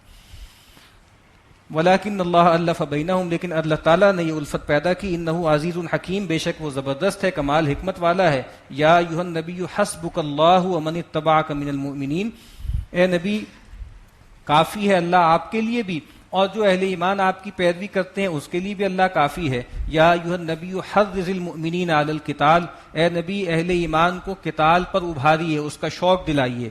ان یکم منکم 20 صابرون یغلبوا 200، اگر تم میں ہوں 20 ثابت قدم تو وہ غالب ہوں گے 200 پر۔ وَإِن يَكُن مِّنكُم مِّئَةٌ يَغْلِبُوا أَلْفًا مِّنَ الَّذِينَ كَفَرُوا، اور اگر تمہارے 100 ہوں تو کافروں کے 1000 پر غالب ہوں گے. کیوں؟ بِأَنَّهُمْ قَوْمٌ لَا يَفْقَهُونَ، کہ یہ لوگ سمجھ نہیں رکھتے. یہ شرک کی وجہ سے، کفر کی وجہ سے ان کی مت ماری گئی ہے، یہ تفقہ نہیں رکھتے. الآن خفف اللہ عنکم، اب اللہ تعالیٰ نے تم سے تخفیف کر دی ہے. وعلم ان فیکم ضعفا، اور جان لیا ہے کہ تمہارے اندر کچھ سستی ہے، کچھ کمزوری ہے. فإن یکم منکم مئۃ صابرۃ یغلبوا مئتین، تو اب اگر تمہارے اندر جو ہے وہ 100 ثابت قدم ہوں تو وہ 200 پر غالب ہوں گے. وإن یکم منکم الف یغلبوا الفین بإذن اللہ، اور اگر تمہارے 1000 ہوں گے تو ان کے 2000 پر اللہ کے حکم سے غالب آئیں گے. واللہ مع الصابرین، اور اللہ تعالیٰ ثابت قدم رہنے والوں کے ساتھ ہے. اب یہاں پہلے کہا گیا کہ پہلے ظاہری بات ایسا نہیں ہے کہ جو سابقون الاولون تھے یا مہاجرین یا ابتدائی جو انصار تھے ان کے ایمان میں کمی آ گئی، ایسا نہیں ہے. اصل بات یہ ہے کہ بہت زیادہ لوگ جو ہے وہ جوک دین میں آنا شروع ہو گئے تھے. تو کہا کہ اب جو لوگ آ رہے ہیں ظاہری بات ہے ان کی کوالٹی وہ نہیں ہے جو مکے والوں کی تھی، جو ابتدائی مہاجرین کی تھی، جنہوں نے بیعت عقبہ اولیٰ کی ہے، ثانیہ کی ہے. تو اب کہا کہ رلے ملے لوگ بھی آ رہے ہیں، اب تمہاری ایمان کی کیفیت یہ نہیں ہے. تو پہلے کہا کہ 1 اور 10 کی نسبت تھی، اب کہا کہ 1 اور 2 کی نسبت ہے. اسی وجہ سے جو ہمارے ہاں لکھی جاتی ہیں کتابیں فقہ القتال پر، اس میں لکھا ہوتا ہے کہ مسلمان اگر ان جو کافروں کے درمیان 1 اور 2 کی نسبت ہونا ضروری ہے. اس سے کم پر اگر مسلمان قتال کو اوائڈ کریں تو کوئی حرج کی بات نہیں ہے. 1 اور 2 کی نسبت ہونی چاہیے، اور ظاہر بات صرف تعداد نہیں ہے، باقی جو بھی آرسنل ہے اور باقی جو اسباب ہیں اس میں اس سے زیادہ نہیں ہونا چاہیے. اس سے کم اگر ہے تو مسلمان جنگ کے لیے نہ جائیں. ما کان لنبی ان یکون لہ اسریٰ حتی یسکن فی الارض. اب ایک اور معاملہ ہے یہ، چونکہ جو جنگی قیدی تھے اس کے بارے میں بھی کوئی واضح حکم ابھی نہیں آیا تھا. سورہ محمد میں اس کی طرف اشارہ تھا کہ فَإِمَّا مَنًّا بَعْدُ وَإِمَّا فِدَاءً، چاہے تو آپ احسان دے کے چھوڑ دیں یا فدیہ لے کے چھوڑ دیں. تو جب جنگ میں قیدی بنے 70 بدر میں مشرکین، تو اللہ کے نبی نے مشاورت کی اور کہا کہ بھئی ان کے معاملے میں کیا کیا جائے. سیدنا عمر اور کچھ صحابہ کی رائے یہ تھی کہ بھئی ان کو قتل کیا جائے، ان کی کمر توڑی جائے، اور بلکہ خاص طور پہ ان کے جو رشتہ دار ہیں وہی ان کی گردنیں ماریں. تو سیدنا ابوبکر صدیق رضی اللہ تعالیٰ عنہ نے کہا کہ نہیں، ان کو معاف کر دیا جائے. اور اللہ کے نبی صلی اللہ علیہ وسلم پر بھی چونکہ رحمت کا غلبہ تھا تو آپ نے بھی یہی چیز اختیار کی. اور کچھ روایتوں سے ہمیں پتہ لگتا ہے کہ اللہ تعالیٰ کی طرف سے یہ گویا آپشن دے دی گئی تھی، یہ خیار تھا ایک کہ بھئی دیکھ لو، یا تو یہ ہے کہ ان کی گردنیں مار دو یہاں پر سب کی، یا یہ کہ فدیہ لے لو. لیکن ہوگا کیا کہ پھر اتنے ہی لوگ تمہارے جو ہے وہ کام آئیں گے. اور ایسا ہی ہوا، یعنی احد میں مسلمانوں میں سے 70 لوگ اللہ کی راہ میں کام آ گئے. تو اس کی طرف اشارہ ہے ما کان لنبی ان یکون لہ اسریٰ حتی یسکن فی الارض. نبی کے شایان شان یہ نہیں تھا کہ وہ قیدی بنائے یہاں تک کہ خوب خون ریزی نہ کر لے زمین میں. تریدون عرض الدنیا، تم میں سے ایسے بھی ہیں کچھ جو دنیا کا اسباب چاہتے ہیں. واللہ یرید الآخرہ، اور اللہ تعالیٰ تو آخرت چاہتا ہے. واللہ عزیز حکیم، اور اللہ تعالیٰ زبردست ہے، کمال حکمت والا ہے. لولا کتاب من اللہ سبق لمسکم فیما اخذتم عذاب عظیم. اگر ایک بات پہلے سے اللہ کی طرف سے طے نہ ہو چکی ہوتی، اللہ نے لکھ نہ دی ہوتی، تو جو تم نے مار لیا ہے اس کی بنیاد پر تمہیں بہت بڑا عذاب ملتا. اب وہ کیا بات تھی جس کی وجہ سے تم عذاب سے بچ گئے؟ مولانا شبیر احمد عثمانی صاحب نے کئی باتیں لکھی ہیں. ایک بات تو یہ ہے کہ کیونکہ اللہ کی طرف سے یہ بات طے ہے کہ جو مجتہد ہو اگر وہ مخطی بھی ہو، خطا بھی کرے، تب بھی اس کو جو ہے اکہرا اجر ملے گا. یا یہ ہے کہ جب تک اللہ کی طرف سے واضح حکم نہ آ جائے امر و نہی کا تو ایک خیال رہتا ہے، آپشن رہتا ہے. یا یہ ہے کہ اللہ تعالیٰ نے یہ بات طے کر دی تھی جو آگے ایک جگہ بیان بھی ہوگی کہ اہل بدر جو بھی ہیں ان کی خطاؤں کو اللہ نے معاف کر دیا. یہ طے کر دیا کہ اللہ نے ان کی خطائیں معاف کر دی. اور اسی طریقے سے وہ یہ کہتے ہیں کہ یہ حکم چونکہ واضح طور پر نہیں ابھی آیا تھا نا کہ بھئی ان کے ساتھ کیا کرنا ہے، اس کی وجہ سے یہ آپشن تھی. تو کہہ رہے ہیں کہ اگر اللہ کی طرف سے یہ بات طے نہ ہو چکی ہوتی تو پھر تمہیں بہت بڑا عذاب آتا. فَكُلُوا مِمَّا غَنِمْتُمْ حَلَالًا طَيِّبًا، تو اب تم نے جو ان سے لیا ہے فدیے کے طور پہ مال یا تمہیں غنیمت جو ملی ہے یہ بالکل حلال ہے، ستھری ہے. وَاتَّقُوا اللَّهَ، اس کو کھاؤ. وَاتَّقُوا اللَّهَ، اللہ کا تقوی اختیار کرو. إِنَّ اللَّهَ غَفُورٌ رَحِيمٌ، بے شک اللہ تعالیٰ بخشنے والا رحم کرنے والا ہے. یا ایھا النبی قل لمن فی ایدیکم من الاسریٰ ان یعلم اللہ فی قلوبکم خیرا یؤتکم خیرا مما اخذ منکم ویغفر لکم. اے نبی، جو آپ کے ہاتھ میں قیدی آئے ہیں آپ ان سے کہیے اگر اللہ تعالیٰ دیکھے گا کہ تمہارے دلوں میں خیر ہے تو کیا کرے گا اللہ؟ گویا تمہیں اسلام کی توفیق دے دے گا، اور کہا کہ جو چیز تم سے لی گئی ہے اس سے کہیں زیادہ تمہیں عطا کر دے گا. اس طرح سیدنا عباس بھی آ گئے تھے لڑنے کے لیے, ان کو بھی اس طرح چھوڑا گیا. تو کہا کہ بہت سے لوگ ایسے ہیں جو آ گئے تھے, ان کو کچھ دینا پڑا ہے. کہا کہ اگر یہ ان کے دلوں میں خیر ہوگا تو اللہ تعالیٰ ان کو ایمان کی توفیق دے دے گا, یہ اسلام میں آئیں گے اور اسلام میں بہت زیادہ غنیمتیں پائیں گے, جو کچھ انہوں نے وہاں دیا تھا اس سے کہیں زیادہ مال اللہ ان کو عطا کرے گا. اور یہ تو چھوٹی بات ہے, اصل بات یہ کہ اللہ تعالیٰ ان کی مغفرت بھی کر دیں گے, اللہ ان کو معاف کر دیں گے. واللہ غفور الرحیم, اور اللہ تعالیٰ بخشنے والا رحم کرنے والا ہے. وَإِن يُرِيدُوا خِيَانَتَكَ فَقَدْ خَانُوا اللَّهَ مِن قَبْلُ, اور اگر یہ ارادہ کریں خیانت کا, دغابازی کا, تو یہ تو اس سے پہلے بھی اللہ سے خیانت کر چکے. فَأَمْكَنَ مِنْهُمْ, تو اللہ نے ان کو پکڑوا دیا. واللہ علیم حکیم, اور اللہ تعالیٰ علم والا حکمت والا ہے. اب یہ دوبارہ جس سے شروع میں تذکرہ تھا کہ کون لوگ ہیں حقیقی مومن, اب یہاں آخر میں تذکرہ ہے. ان الذین آمنوا وہاجروا وجاہدوا باموالہم وانفسہم فی سبیل اللہ, بے شک وہ لوگ کہ جو ایمان لائے اور انہوں نے ہجرت کی اور جہاد کیا اپنی جان اور مال سے اللہ کی راہ میں. والذین آووا ونصروا, اور وہ لوگ جنہوں نے ان کو پناہ دی, اپنے ہاں جگہ دی اور ان کی مدد کی. یعنی پہلے تذکرہ مہاجرین کا ہے, بعد میں انصار کا ہے. اولئک بعضهم اولیاء بعض, یہ ایک دوسرے کے ولی ہیں, ایک دوسرے کے رفیق ہیں. والذین آمنوا ولم یہاجروا, اور وہ لوگ جو ایمان لائیں لیکن ہجرت نہ کی. ما لکم من ولایتہم من شیء حتی یہاجروا, تو اہل ایمان تمہارا ان سے ولایت کا کوئی تعلق نہیں ہے جب تک کہ وہ ہجرت کر کے نہ آ جائیں. وَإِنِ اسْتَنْصَرُوكُمْ فِي الدِّينِ, ہاں اگر وہ دین کے معاملے میں تم سے مدد طلب کریں. فَعَلَيْكُمُ النَّصْرُ, تو تم پہ لازم ہے کہ ان کی مدد کرو. إِلَّا عَلَىٰ قَوْمٍ بَيْنَكُمْ وَبَيْنَهُمْ مِيثَاقٌ, سوائے اس کے کہ ان کا تعلق ایسی قوم سے ہو جس کے اور تمہارے درمیان کوئی عہد ہے. واللہ بما تعملون بصیر, اور جو کچھ کہ تم عمل کرتے ہو اللہ اس کو دیکھتا ہے. والذین کفروا بعضهم اولیاء بعض, اور وہ لوگ کہ جو کافر ہیں وہ ایک دوسرے کے ولی ہیں, ایک دوسرے کے رفیق ہیں.